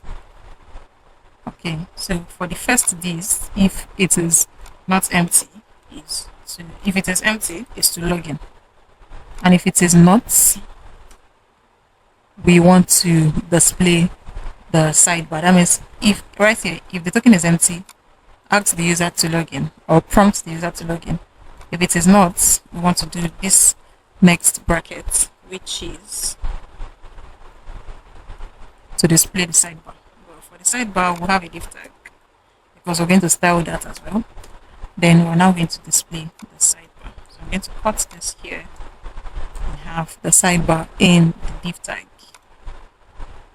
Okay. Now for the sidebar as well, we need to define our routes. We need to set it up, because for the sidebar, we're going to be able to navigate to different pages through the sidebar, like the add menu page, list menu page, reservation page, and all of that. So we're going to come here, we'll create another div tag. Then we'll set up our routes. So routes from React Route add-on. Then for each route without an S, the parts here, this will be add elements. We're going to render our add menu page, and we'll pass token to it as well. Token will be token. So to add to the menu, token must be available. Okay, then we'll close this. So we need to import routes without an S. Then we'll do for the next page routes. The paths. The path here will be to get the lists. Elements will be equal to lists. Right, let's close this, and we'll close this as well, and we need the token as well. So token will be equal to token, close this. Then for the table page, which is the reservation routes, the paths is to table, and our elements will be equal to, open our curly braces, admin table. We'll close this. Then we'll head back to, for our token will be equals to token. So now we need to ensure we have our login already. So let's make sure that the login component is functional. We'll click on login.jsx, and right here I'm going to pass set login as the parameter. Right here we're going to have set login. Set token. Okay. And after this, we need to ensure that user is able to submit the login, and also the backend is able to verify it. So create a function that's going to handle that. Const. I will name the function on submit handler. And it's going to be an asynchronous function. We'll pass our event as parameter. First, we need to use our try catch statements, and in the try block, the first step is to stop the form from refreshing after each submission. Prevent the faults. Then we're now going to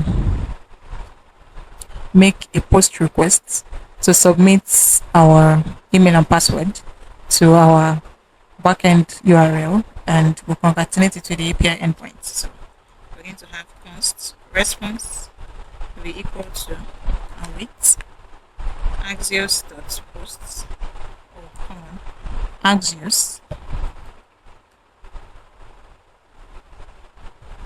dot Axios dot. We use our post method. Then we get our backend URL from app. It has imported here. Ensure that this has been imported. Okay, we've already defined it here. Backend URL, and we'll concatenate it with our API endpoint, which is code/API/user/admin and we'll send the email and password. Okay. If it is successful, we'll use an if statement. If it is successful, if response.data.success sets the token to response.data.token .data.token. Also, we need to log the response in our console even before generating. So response here,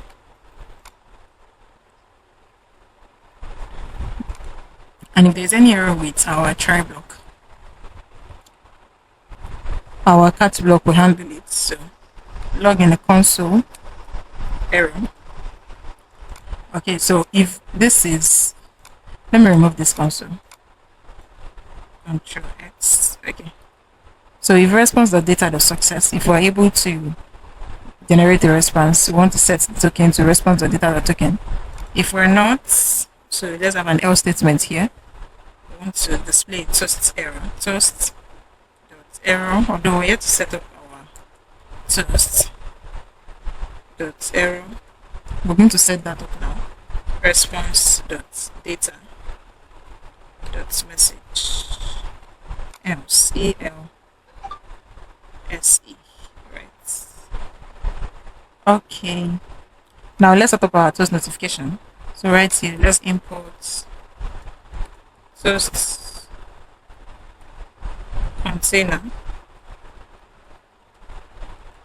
from React Toastify. And we're going to have our toast container here.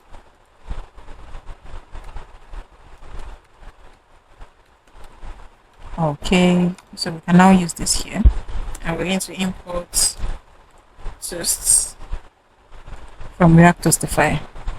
Okay, so now we've created the function that is going to undo submitting the form. And now all we need to do is to use the submit method to submit, and we're going to call the function that we just created on submit handler. We'll call this function. Now let's try logging in and see if we log in, then the sidebar is going to be displayed. Okay, so now in our app.gsx, we added all of this, we mounted all of these components, but we did not import them here. So we need to import add menu from the /pages/add menu. We need to import list menu from /pages/list menu, and we still need to import the admin table as well. Import admin table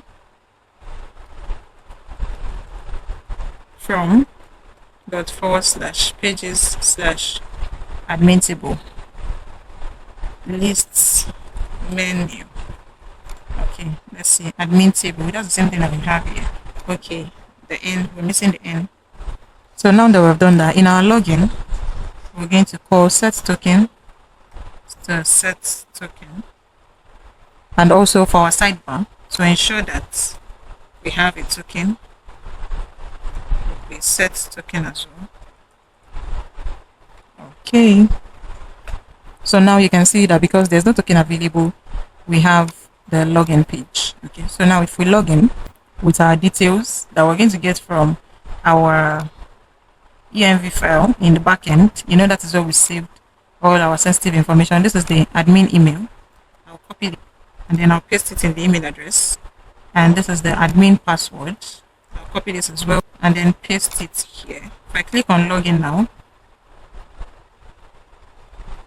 so once the login is successful, it will lead us to this sidebar here. Then the next thing we need to do, okay, I made a very small change. Instead of using the actual code that we had, that we're using token equals to null, then display login. I'm just going to do not token. If it is not, like if token is not available, it's still the same thing, right? If token is not available, display the login form, and if it says display the sidebar, because token is available, we're able to see the sidebar. Okay, so now we're going to style this page here. So we're going to style class name. The background color for this will be white. The minimum height will be our screen size, and also the div that we have here. Class name display here will be flex. The width will be full, and for the sidebar, we'll have our class name. The width will take 70% of our screen. Margin left, we'll set a margin left of maximum 5 VW, 25 pixels, and we'll have MY will be 8. Margin on y-axis. All text will be black. Text black. And the text size will be this. So now we're going to style our sidebar, and also right here we already add our token here. So in the sidebar as well, we're going to pass set token. Okay, so we'll start styling the sidebar. So class name, the width will take 22. Oh, class name. The width will take 22%. 22%. Minimum height will be our screen size. We'll have a border on the right and we'll set it to 2. Or there should be a space between that, and the border color will be gray. So border gray 200. We'll set the background color of the sidebar to white. And then for this div tag, we'll have our class name. Margin top, we'll set it to 4. PX will be 6. And our H2 tag, class name. Oh, class name. The same goes for this. So I'm going to cut this control guys. Class name. Okay, so let's continue. For our H2 tag, we'll set the text to 32 pixels. And the fonts will be bold. And for the div tag here, that wraps all the link, we'll style this. Display will be flex. Flex direction, colon. We'll have a gap of 4. Padding top of 6. Then for the nav link, we're going to style the nav link at once.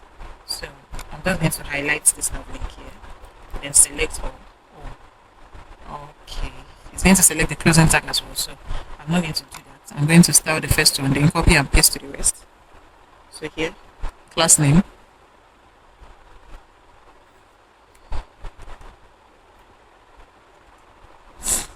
Okay. Display will be flex. Items will be at the center with a gap of 3. PX will be 6, PY will be 3.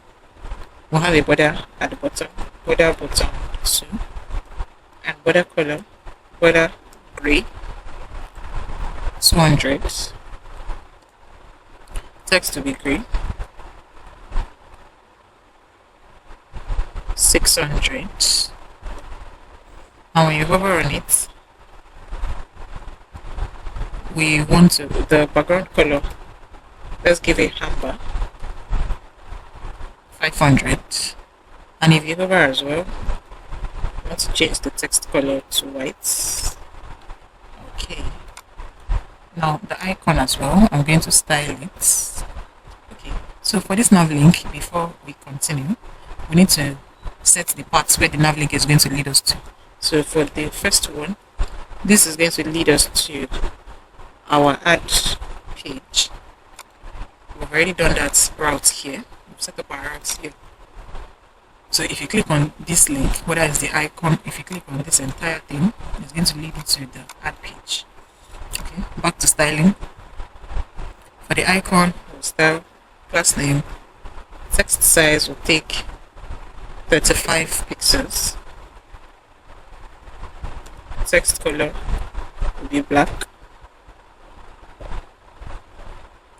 Now for the P tag, okay, I already did the styling. I don't know if I recorded it, but this is the styling for our P tag. This is the styling that we're going to use. So I'm going to copy this here for the nav link and I'll paste it. And the second nav link, I'll paste it on the third. Okay, and for the icon as well, I'm going to copy the styling and I'll paste it here. And I'll paste it here as well, and I'll paste it here as well, the logout icon. Okay, and also the P tag, the third P tag, I'm going to paste the styling here and the styling, the same thing here. Now we need to style the button, right? So we'll have our class name, display will be flex, items, center, gap will be 3. PX will be 6, PY will be 3. We'll have a border at the bottom, border bottom 2, border gray, 200, text will be gray, 600. And when you hover on it, the background color should be amber 600. If you hover, the text color should be white. And the width will be full text on the left. Okay, so this is what we have now. This is the add page, this is the list page. Okay, we need to add all of the direction where the nav link will take us to. So here, this will take us to the lists route. This will be to the table route, the table page. I mean, ensure that the nav link route matches with the paths that you have set while setting up the paths that you defined while setting up your route. Okay, ensure that they are matching. Okay, so if I click on it now, you can see the URL has changed and the page as well has changed. If I click on reservation, this is showing me the admin table page. If I click on add, this is showing me the add page. Now for logout now, I'm going to use an on-click method. So here, on-click method to call our function. Let's add space so that our code will look very neat. So set token. We want to set our token to empty string. Okay, we're no longer saving anything in the token. That means the user, the admin will log out. Now that we're done with sidebar, we're going to create our add menu so that we can add items to our menu. In our add menu, remember that in our app.js we passed token here to add menu, so we're going to receive it as well. Token, we're going to use it later on. Okay, so in our add menu, we'll start with our form. I'm going to delete this action here. We'll come back to the form, then we'll create the div tag, and in the div tag we'll have a p tag, and it's going to take this text, upload image. Okay, and after that, after this div tag, we're now going to create. Okay, so the upload image is supposed to be outside the div tag. No, it's correct. Okay, upload image in the div tag. After this p tag, we'll create another div tag. In this div tag, we'll have our label, and this is label for image. In the label, we're going to have our img tag. So in the image, we're going to check if the image is not available. That is, if not image, which is what we're going to use to write the code, we're going to use a default placeholder image that I'm going to import very soon to represent the image. And if the image is selected and uploaded, we're going to create a temporary URL for the selected image, allowing it to be previewed before uploading. Okay, so that's what we're going to do now. So I'm going to import what we're going to use as a proxy, and here it is. Import upload image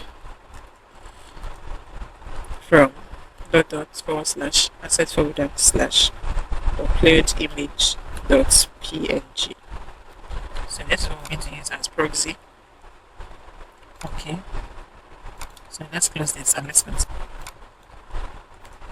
Now we'll have our curly braces, and if not image, as I explained earlier, if no image is available, we use our curly braces.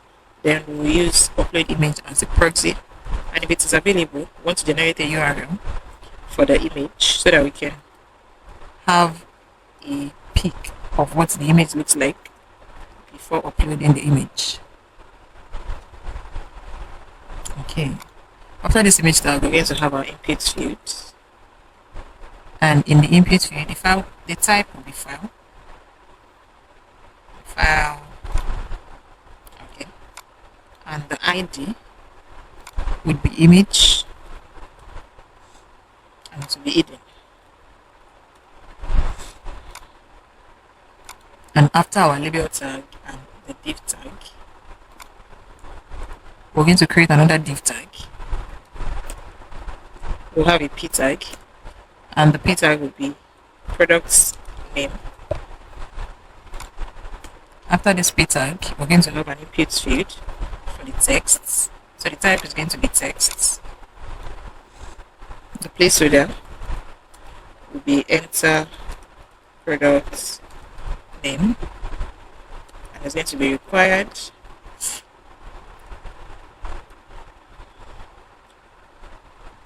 Sorry guys, I have a little running nose. Okay, required. Yeah, then we'll have another div tag. We'll have our p tag that will take the text product description, and then an input field of the type text as well.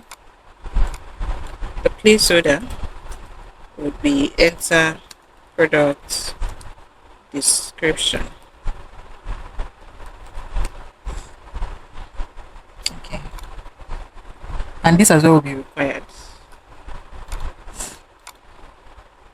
Then after this, we're going to create a div tag, and the div tag will create another div tag. In this div tag, we'll have a p tag,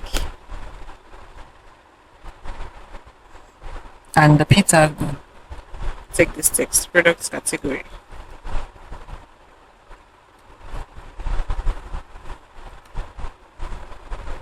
Then in the products category, we're going to have our select tag. Okay. In the select tag, we're going to have our options. 7 options. So the first one, all. Second will be spaghetti.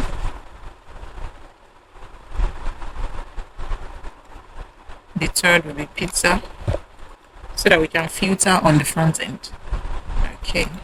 The fourth will be rice. The fifth will be noodles. And this will be chicken. And here we're going to have drinks. Okay, so after this div tag here, we'll now create another div tag, and our p tag is going to be product price, and then we'll have our inputs, and the type will be number because we want to enter a number. Placeholder will be 30. Let's just give it 40. It's just a placeholder. Then after these two div tags, we'll have our button, and it's going to be a submit button. So the type will be submit, and here we're going to have add menu. Okay. If we check our page now, we're running into a little error. So let's debug. We'll head back to console. Reference error, image is not defined. That is very true. We need to define our image, and by doing so we need to define other properties that we're going to need. So first, we're going to create a state variable that's going to hold image, and a set of functions to update the image whenever the image changes. So we're going to have const in lowercase, const image, set of function set image, and by default use it, we're going to set the image to null. So if we head back here, we're not going to see any error again because we've already defined our image. So this is what we have now. Upload. This is the default if no image has been selected, right? Now if we select this image, you're going to see the overview. Once it's selected, this is the section for products and product description, prices. We're going to style this so that you can see the category, product price, you can increase, and the button to add menu. If you click on this button now, with one of this field, you're going to see a message showing you that you need to fill out each of the fields. So let's style. Then after styling, we're now going to create a menu. We're going to add menu and send it to our backend. Okay. So before styling as well, we need to do something which is going to be very simple. What we're going to do is to create a state variable that is going to hold name, description, price, and category, and also a setter function to update the name, description, price, and category. Okay, and then we're going to bind it with the input field and also use an onChange method to update our input field whenever a change is made in the field. So after the image here, we're going to have const name, comma, set name, use state would be an empty string. Then we're going to have a description const description, comma, set description, use state, an empty string as well. Oh, this is supposed to be a form of array. No, Ctrl Z. Okay. Then for price as well, const price, setter function set price to be equal to use state. It's going to be an empty string as well. Then we'll have, lastly, we'll have the category, const category, category, setter function set category. By default, the state should be all category. Okay, I just remember that we missed something. So if we check here now, you can see that we have nothing to display. This is because we have nothing in the text. We only created the value, so we have nothing for the text tag to show. So I'm going to copy all the things that we have here and paste it in between the tags. Copy for pizza, paste it here. Copy for rice, paste it here. Noodles as well, paste. Chicken, common chicken, my fave. Paste it here. Drinks, we paste it here as well. Okay, so if we check now, we have something to select from. Alright, so back to our code. We'll head over to each of the input fields. Right, and then we're going to bind the value with the state variable here, and then we'll update the inputs using onChange method to update it if there is any change. So here we'll start with the image. We'll call the onChange method. If there's any events, that means if there's any changes, set image should be e.target.files, the first file. Okay. And then for the second one, which is the name, we'll bind the value with name, and we'll use an onChange method, pass this, and we'll call set name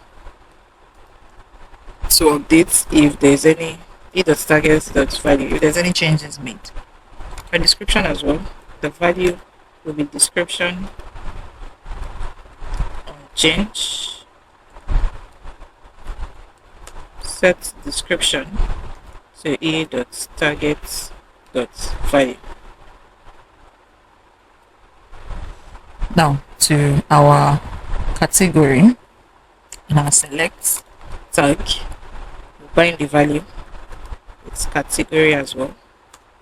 Then if there's any change, we'll use our change method to update the category. So set category will be e.target.value. And for our price as well, so right over here, the name, the value, the value will be price, and we use our change method. Okay, then we'll call set price e.target.value. Okay, so now that we've done this, now we can now style comfortably. So let's start styling. We'll start from the top. For the form, class name, Display will be flex. Flex direction will be colon. Items starts. We'll have a gap of 1. And then we have the image. For the image, let's down. The width will be 32. So it will be pointer.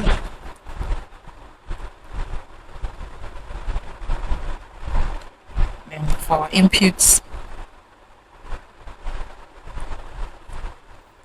okay, for this input field, we're not going to style because it's hidden anyways. Next is this div tag that we have here. Okay, class name, the width will be full. And the p tag that we have, class name, margin bottom will be 2. The text will be 22 pixels. Okay, and then for our input field as well, let's just add it here. Class name, the width will be full. Max width will take 500 pixels. Padding will be 4. We'll have a border, and the border color will be gray 300, and it will be rounded. Okay, and then we're going to use the same styling for this. I'm just going to copy this that we have here, and I'm going to paste it here. The p tag as well, I'm going to copy this and I'll paste it here as well. And for the input field, we're using the same styling, so I'll just come here, copy to where the styling stops, and I can just paste it here. Now for the category and price, now I'll have a class name. Display will be flex. Flex wrap. We'll have a gap of 4. The width will be full. Now for the second div tag, we have our class name. Minimum width will take 200 pixels. Now for the p tag, margin bottom will be 2. The text size will take 22 pixels. Okay, now for our select tag, we'll style this as well. Class name, the width will be full. The max width will be 500 pixels. 500. Padding will be 3.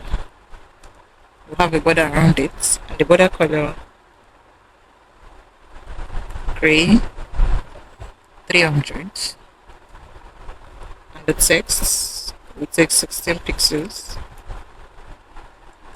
and we'll have a border radius around it, so round it. Then to the price, style this as well. Class name, margin bottom 2. Text size 22 pixels. The input field that we have here for price, style, class name, the width will be full. Oh. Class name, the width will be full. Max width 120 pixels. Padding will be 4. Border color, we'll have a border, then we'll set the border color to gray 300. Then we'll add a border radius around this as well. Then we'll style our button. We'll have our class name. Margin top will be 6.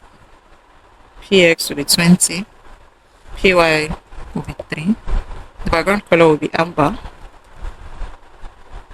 500. Want a border radius around it, and when you hover on it, opacity should be 90. Okay, so now this is what we have. You can upload image, the name, the products, all of this, and the price, then our call to action button. So now we need to add products to our database. Okay, so now I'm going to create the function that is going to handle submitting our form, then sending a post request to the product to send in our form data. Okay, so let's create our product, our function. I'm going to name it on submit Angler.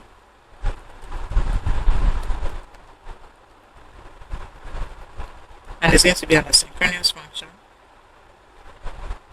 Our parameter is going to be event. We need to prevent the default from submission behavior, so we have e.prevent prevent default. Then we use our try catch statement. In the try block, we're going to create a new form data object to send our form data in multi-part formats. So I'm going to have const form data will be equal to new form new form data. Come on.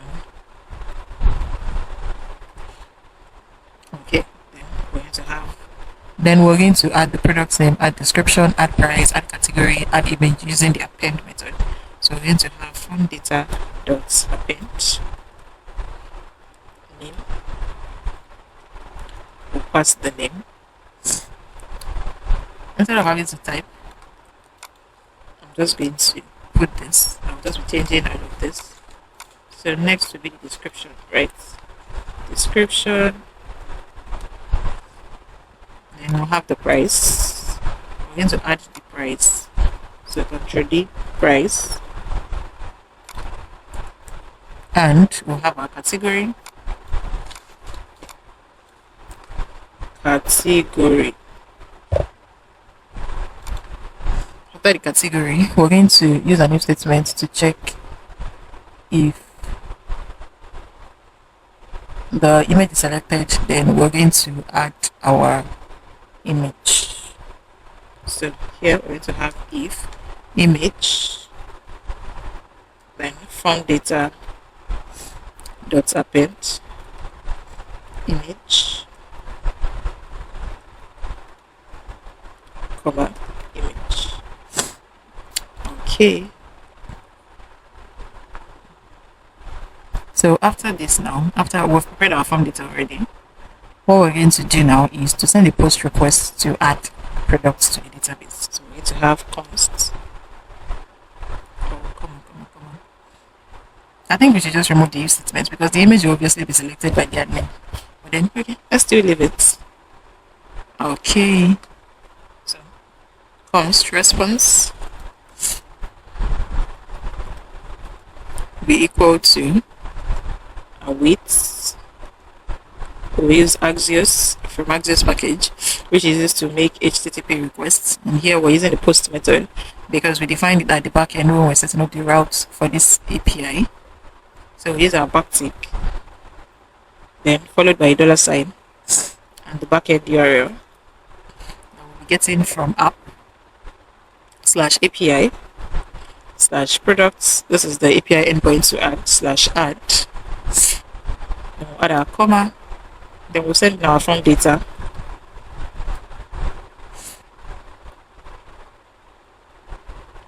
Then we need to include the authentication token in our request header. So here, headers token. Okay. Next thing that needs to be done is to check if the request was successful. Then we'll generate a toast response and then we'll reset the input field after successful submission. And if it isn't, we'll generate a toast error as well. So I'm just going to use an if-else statement. So the first condition, if response.data.success toast.success will be response.data.message, the message that we've already prepared at the backend. And then we'll reset our input field, reset name to empty, then we'll set description as well to empty, set price to empty, set image as null as well, and then our else statements will generate a toast error, toast.error response dot data dot message. Okay, we need to look out for some things. We need to ensure that toast has been imported, which has not. So we're going to import toast from React Toastify. If there's any error with our try block, our catch block is going to log the error in the console and also generate a toast message. Toast.error will be error.message. Okay, now that we have our function, it's going to undo submission, resetting, and also sending our form data to the backend. We're going to bind it with the form. So here we'll use the submit method to call the function on submit handler. So now let's try adding. So we'll come here, we're going to select this. You see now that we can view the image, you can preview the image before uploading. And our product name, I'm just going to give this noodles, testing noodles. And here we're just going to have like some random description. We'll select the category noodles and I'm going to set the price. Then we'll click on add menu button. Okay, so before it was showing unauthorized user because I actually logged out. Okay, so now I'll try adding again and we have product added successfully. Let me add another one. And we're going to have soft, I don't know what to name this. Let's just say soft drink, and we're going to have description, queen, whatever it is. That's going to be drinks, and let's say this is like $13. If I click on add menu now, we're going to have a notification that says product added successfully. So if we head here now to our MongoDB and we click on browse collection, it's going to lead you to a new page. You see we have our products and reservations, right? The two models that we've created. Now for products, while we were testing, we added this product testing name, the price, 14, testing description. The image was replaced with a placeholder. Now, this is the second product that we're adding now. We have the ID, we have the name, testing noodles, price is 12, description, this dummy description, the image. We generated the secure URL for Cloudinary. So this is the image here, as you can see, the link. Then the category is noodles and the dates. This is the third one that we've added now, the ID, the name, the price, the description, the image. If I click on this now, if I copy this URL that we have here, it's going to lead me to the same image. So let's say I want to copy this. Is there need? I don't know. Let's say I want to copy the entire thing. I'm just going to highlight everything. And then I'll copy it. Then on a new page, I'm going to paste it. If I click on enter, it's going to display that particular image for me. Okay. In my Cloudinary storage. So very amazing. Okay, let's continue. For our reservation, if I click on reservation, the model, we have nothing. Oh, we should have. Okay, yeah. We added several reservations while we were testing. If you remember this testing sample, test@gmail.com, test. Okay, so our add page is working. Now we need to generate. Next thing is our list page. We want to be able to view all our menu in a tabular form. So let's get to that. So I'm going to close the admin menu. Then I'm going to open the lists menu. So in the list menu, the first thing that we're going to do is to create a state variable that is going to store the lists and a setup function to update the list. But before that, we need to get our token as well. So right here, we'll create our state variable costs lists, setup function to update the list, set list, and by default, it's going to be an empty array. Now, let's design the UI for our list. Bar. So we'll create a p tag. The p tag will be menu lists. Right. And After the p tag, we'll have a div tag. In the div tag, we'll have one div tag. We're going to have bold, 6 bold tags. The first one will take the image. The second would take the name of the menu item. The third will take category. The fourth will take the price. The fifth will take action. Okay, I think it's just 5 that we need. We need image, name, category, and description. Image, name, category, price, description. Yes, I'm going to delete this other bold tag that we have. Okay. And after this div tag, we would now display our the lists. But before we can display, we need to fetch the lists, right? So we're going to write the function that is going to undo fetching lists. I'll name the function fetch list. Const fetch lists. And it's going to be an asynchronous function with no parameter. We use our try cat statement.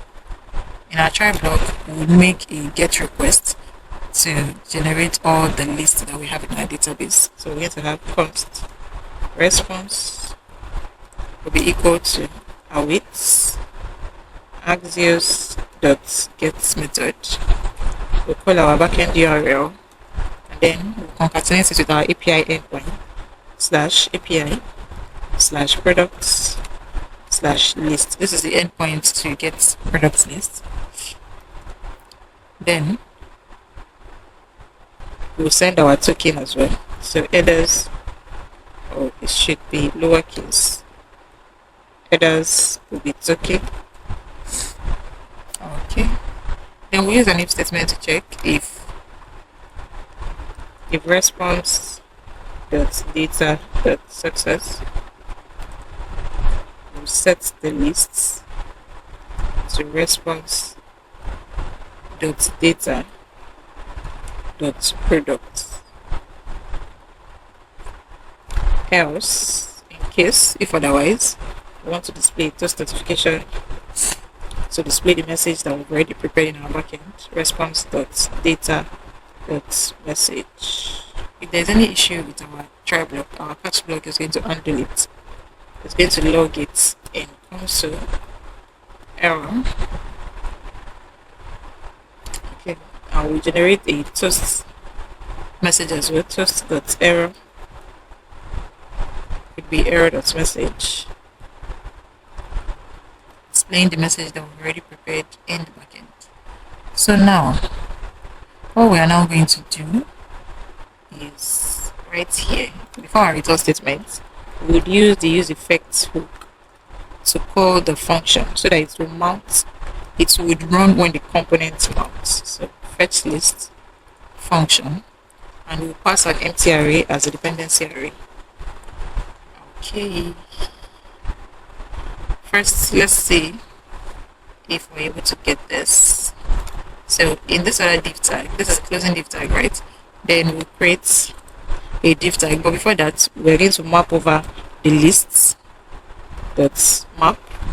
Remember that we're getting the list from our response. That's why we're setting set list response.data.product. List.map. We're just going to do it directly. Item, pass our index number.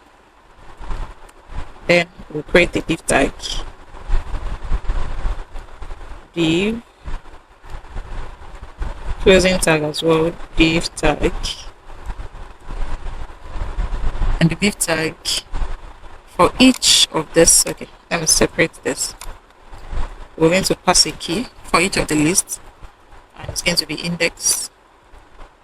Here we'll have the image, and the image will be item.image as we have it, .image. Then we'll have the name. We use a p tag for that. Item.name. Then we'll have another p tag. Item.category. And then we'll have our price as well. Item dot price. Then our delete button, our delete icon, I said button.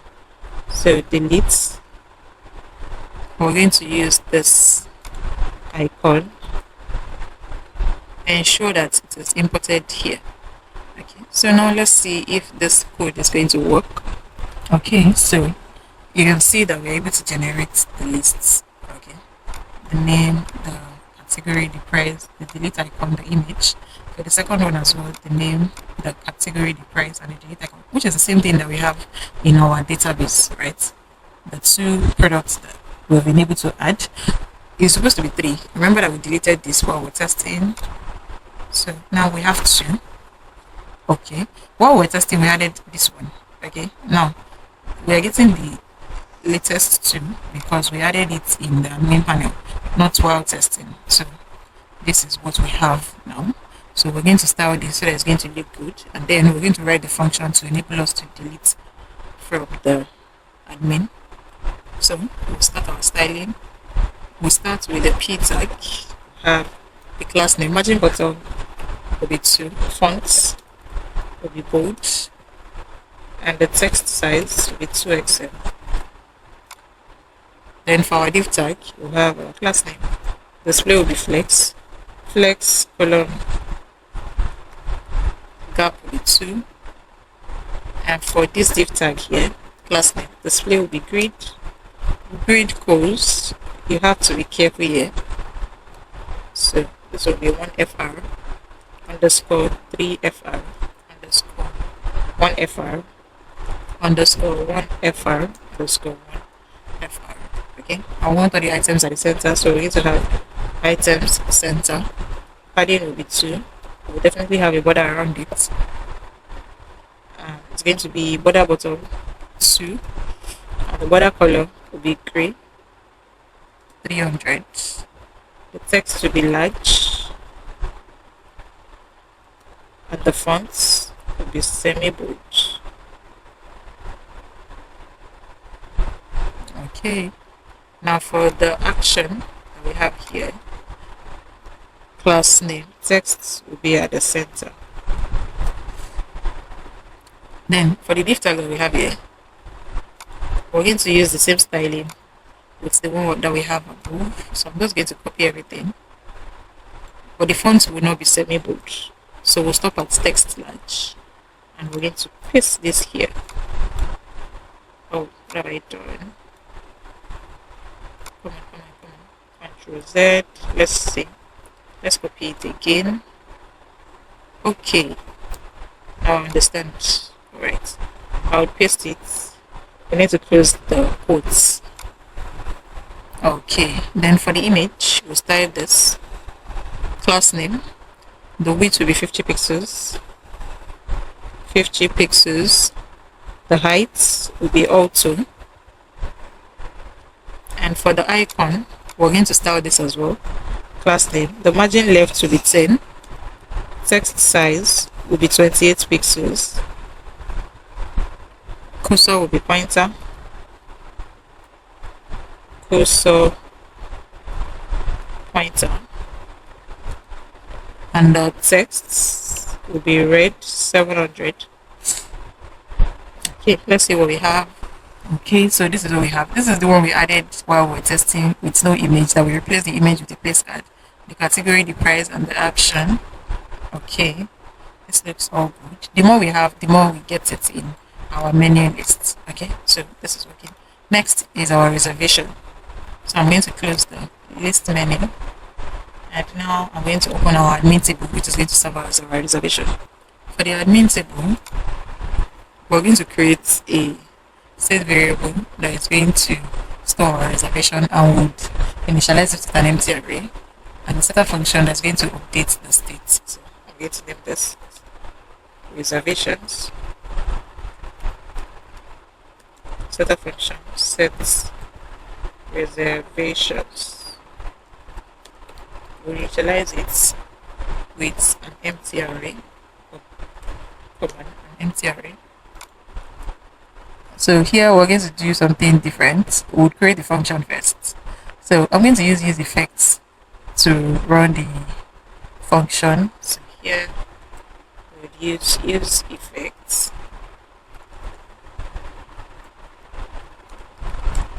Then we'll create an asynchronous function to fetch reservation from our backend. So we're going to name this const fetch reservations.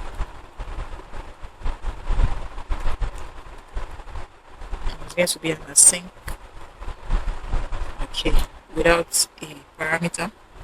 So we use our try catch statement. In our try block, we'll make a get request to the backend API to fetch all our reservations. So we have const response will be equal to await Axios from Axios package dot get method in our backend URL from app, and we'll concatenate it with our API endpoint slash API slash reservations slash get. Then we'll set reservations to response dot data. Okay, but first we should also log in the console to get all of the reservations. So response dot data as well in our console. If there's any error with our try block, our catch block will log the error in console, and we should display error fetching reservations. Then would call the fetch reservation function. So here fetch reservation function, and we'll pass an empty array as a dependency array. So let's see if we're able to fetch our reservation in the console before we display it in our UI that we are about to design now.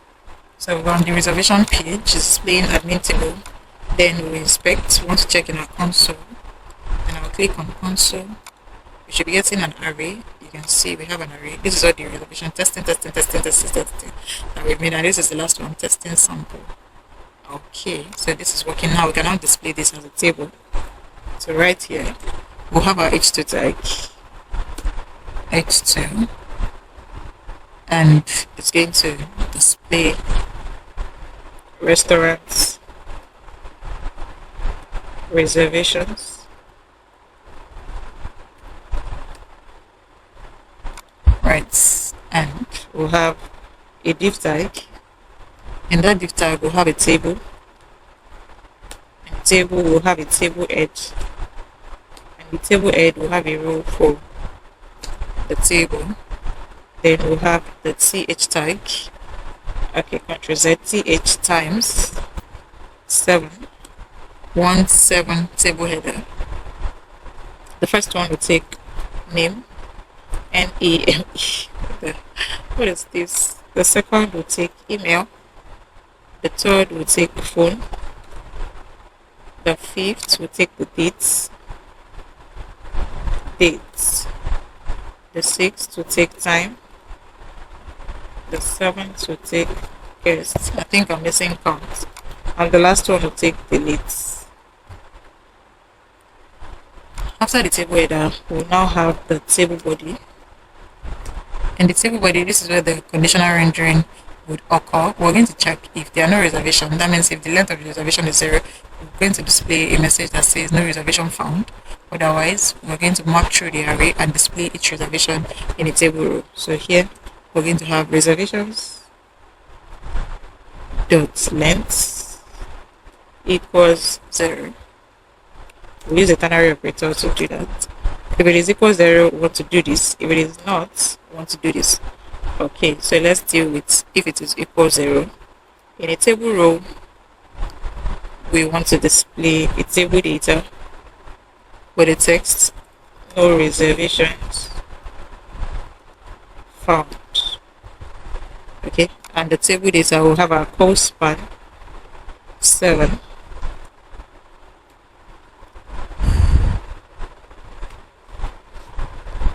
Okay, and if there is something in the reservation, if the reservation is found, if it is more than, we're going to look through each one using the map method. So we're going to have reservations.map, open our brackets, reservations, comma, index.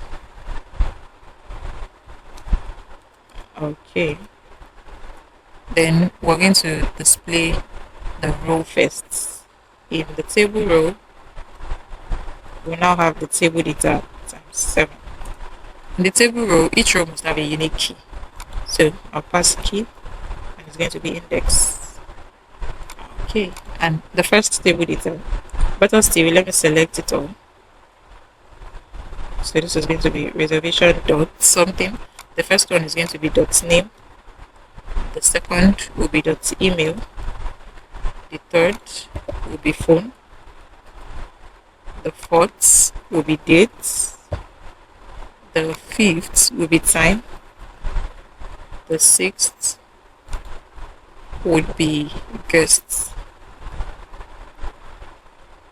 And the last one would be the delete button. So we have a button to delete, and it will take this text, delete.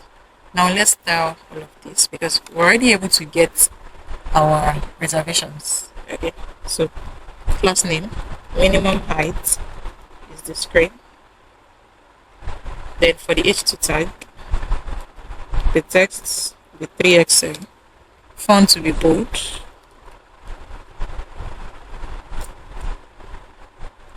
and our text color will be gray 700. Text will be at the center, and our margin bottom would be 6. Now for the div tag here, we have our class name, overflow on x-axis will be auto. The table edge, we have our class name, the width will be full, shadow will be large, and a border radius around it, rounded XL, just a small one. Then for our table row,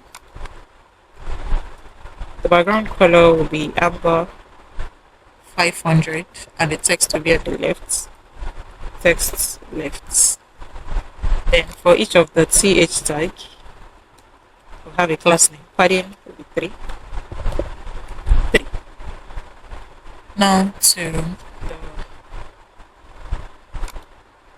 Now to this, co-span is 7. We want to ensure that it spans across all the columns. So we're going to have a class name. That's why we have co-span as 7. Padding will be 4, and text will be at the center.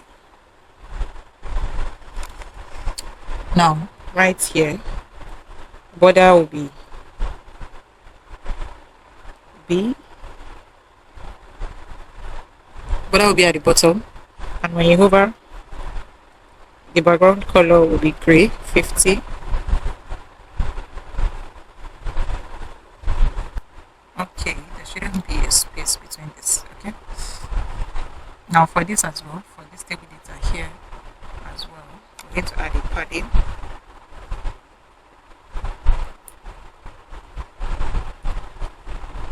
So we have our class name, padding will be 3. Then for the button, Ctrl Z, wood style. The background color will be red 500. The text color will be white.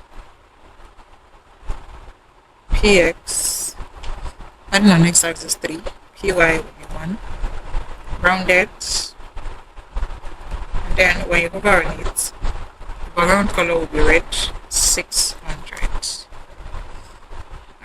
Okay, this is all we have. This is all the 11 reservations that we have made. Okay, so let's delete most of them. We're going to write the function to delete. So we'll head up here. Before our use effect, we're going to write the function. Okay, and I'm going to name the function undo delete. It's going to be an asynchronous function, and the parameter is going to be the ID because that's what we want to use to delete. We use our try catch statement. In the try statement, we make a delete request to delete a specific reservation based on the ID from the database. So we'll do await axios.delete, open our brackets. We're going to do backtick $sign backend URL slash API. After the curly braces, you have the slash reservations slash delete. That's our endpoint API. That's our endpoint for our API. Then we'll pass the ID of what we want to delete. Then, once it has been deleted successfully, we generate the toast message, toast.success. We'll display a message, reservation, or we should just display reservation successful. Or better still, reservation removed. Okay. If there's any error with our try block, our catch block is going to handle it. So I'm just going to come here and copy. And I'm going to paste it here. Instead of error fetching reservation, this will be error deleting reservation. And we'll head over to our button to make use of the function. So right here, we use an unclick method to call the undo delete function, and we'll pass reservation dot underscore ID. So I've deleted most of the reservations and we have just 2 left. So now that we're done with the admin, we're going to close it, and now we'll head back to our front end to ensure that we need to generate, not generate, I meant we need to be able to, we need to connect our front end with our back end. So we're going to do that here. So I'm going to open the front end terminal again, open an integrated terminal, and I'm going to install Axios and toast notification. So here we're going to have npm install Axios. Okay, so while that is going on, we're going to open our menu.context, also our app.gsx. Here we need to define our backend URL. I think I'm just going to copy it from the app.gsx. Okay, so we're going to copy this and paste it here. So I'm going to close the admin. Now that we've defined our backend URL, okay, so Axios has been installed. We can now do every other thing. Also, we need to install React Toastify for toast notification. So let's quickly visit the website, React Toastify.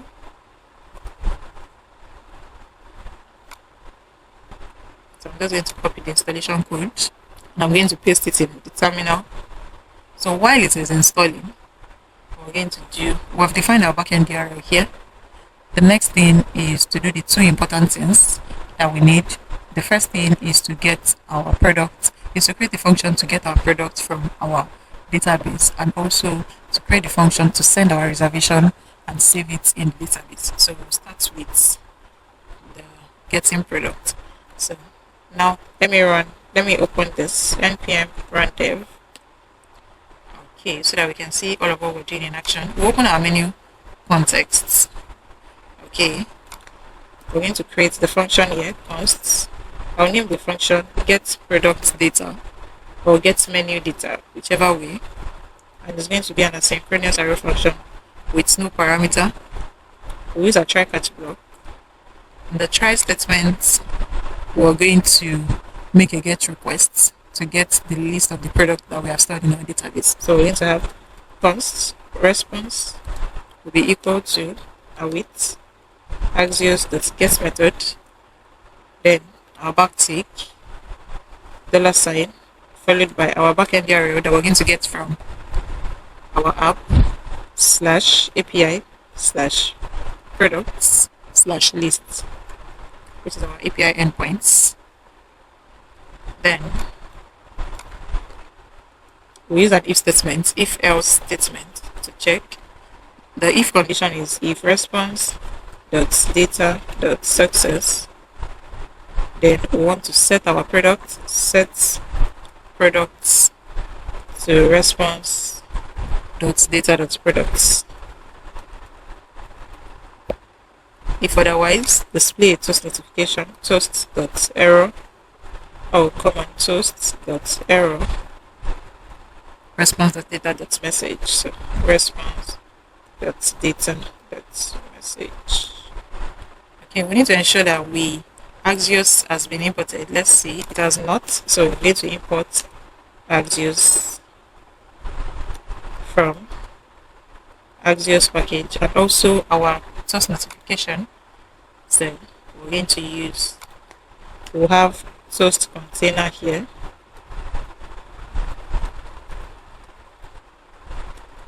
I'll close this. Then we're going to import React Toastify. Import curly braces toast toast container from React Toastify that we have installed. Now we're going to import our Toastify here. Import toast, because we're using it to generate a response from React Toastify. Okay. So let's see what we've got. Okay, the get product data has not been called. Okay. So right here, we would use effect to call the function get product data. And here we're going to pass an empty array as a dependency array. Let's see, do submission, and it will be triggered when the form is submitted. So I'm going to name the function and do submit. It's going to be an asynchronous function, async arrow function. We'll pass events, and we need to prevent the page from refreshing on submit. So that's prevent default. Then we use a try catch statement to do the rest. First, we need to send a post request to the backend with our form data.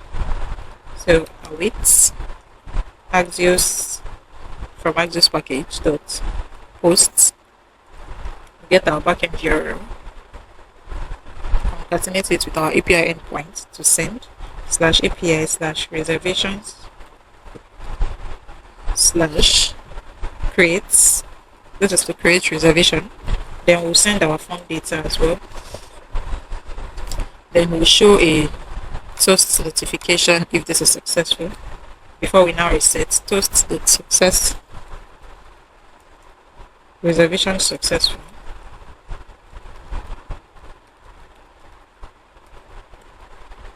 Then we're going to reset the form field after successful submission. So we're going to set form data. The name, we'll reset it to empty. The email, we'll do the same, empty.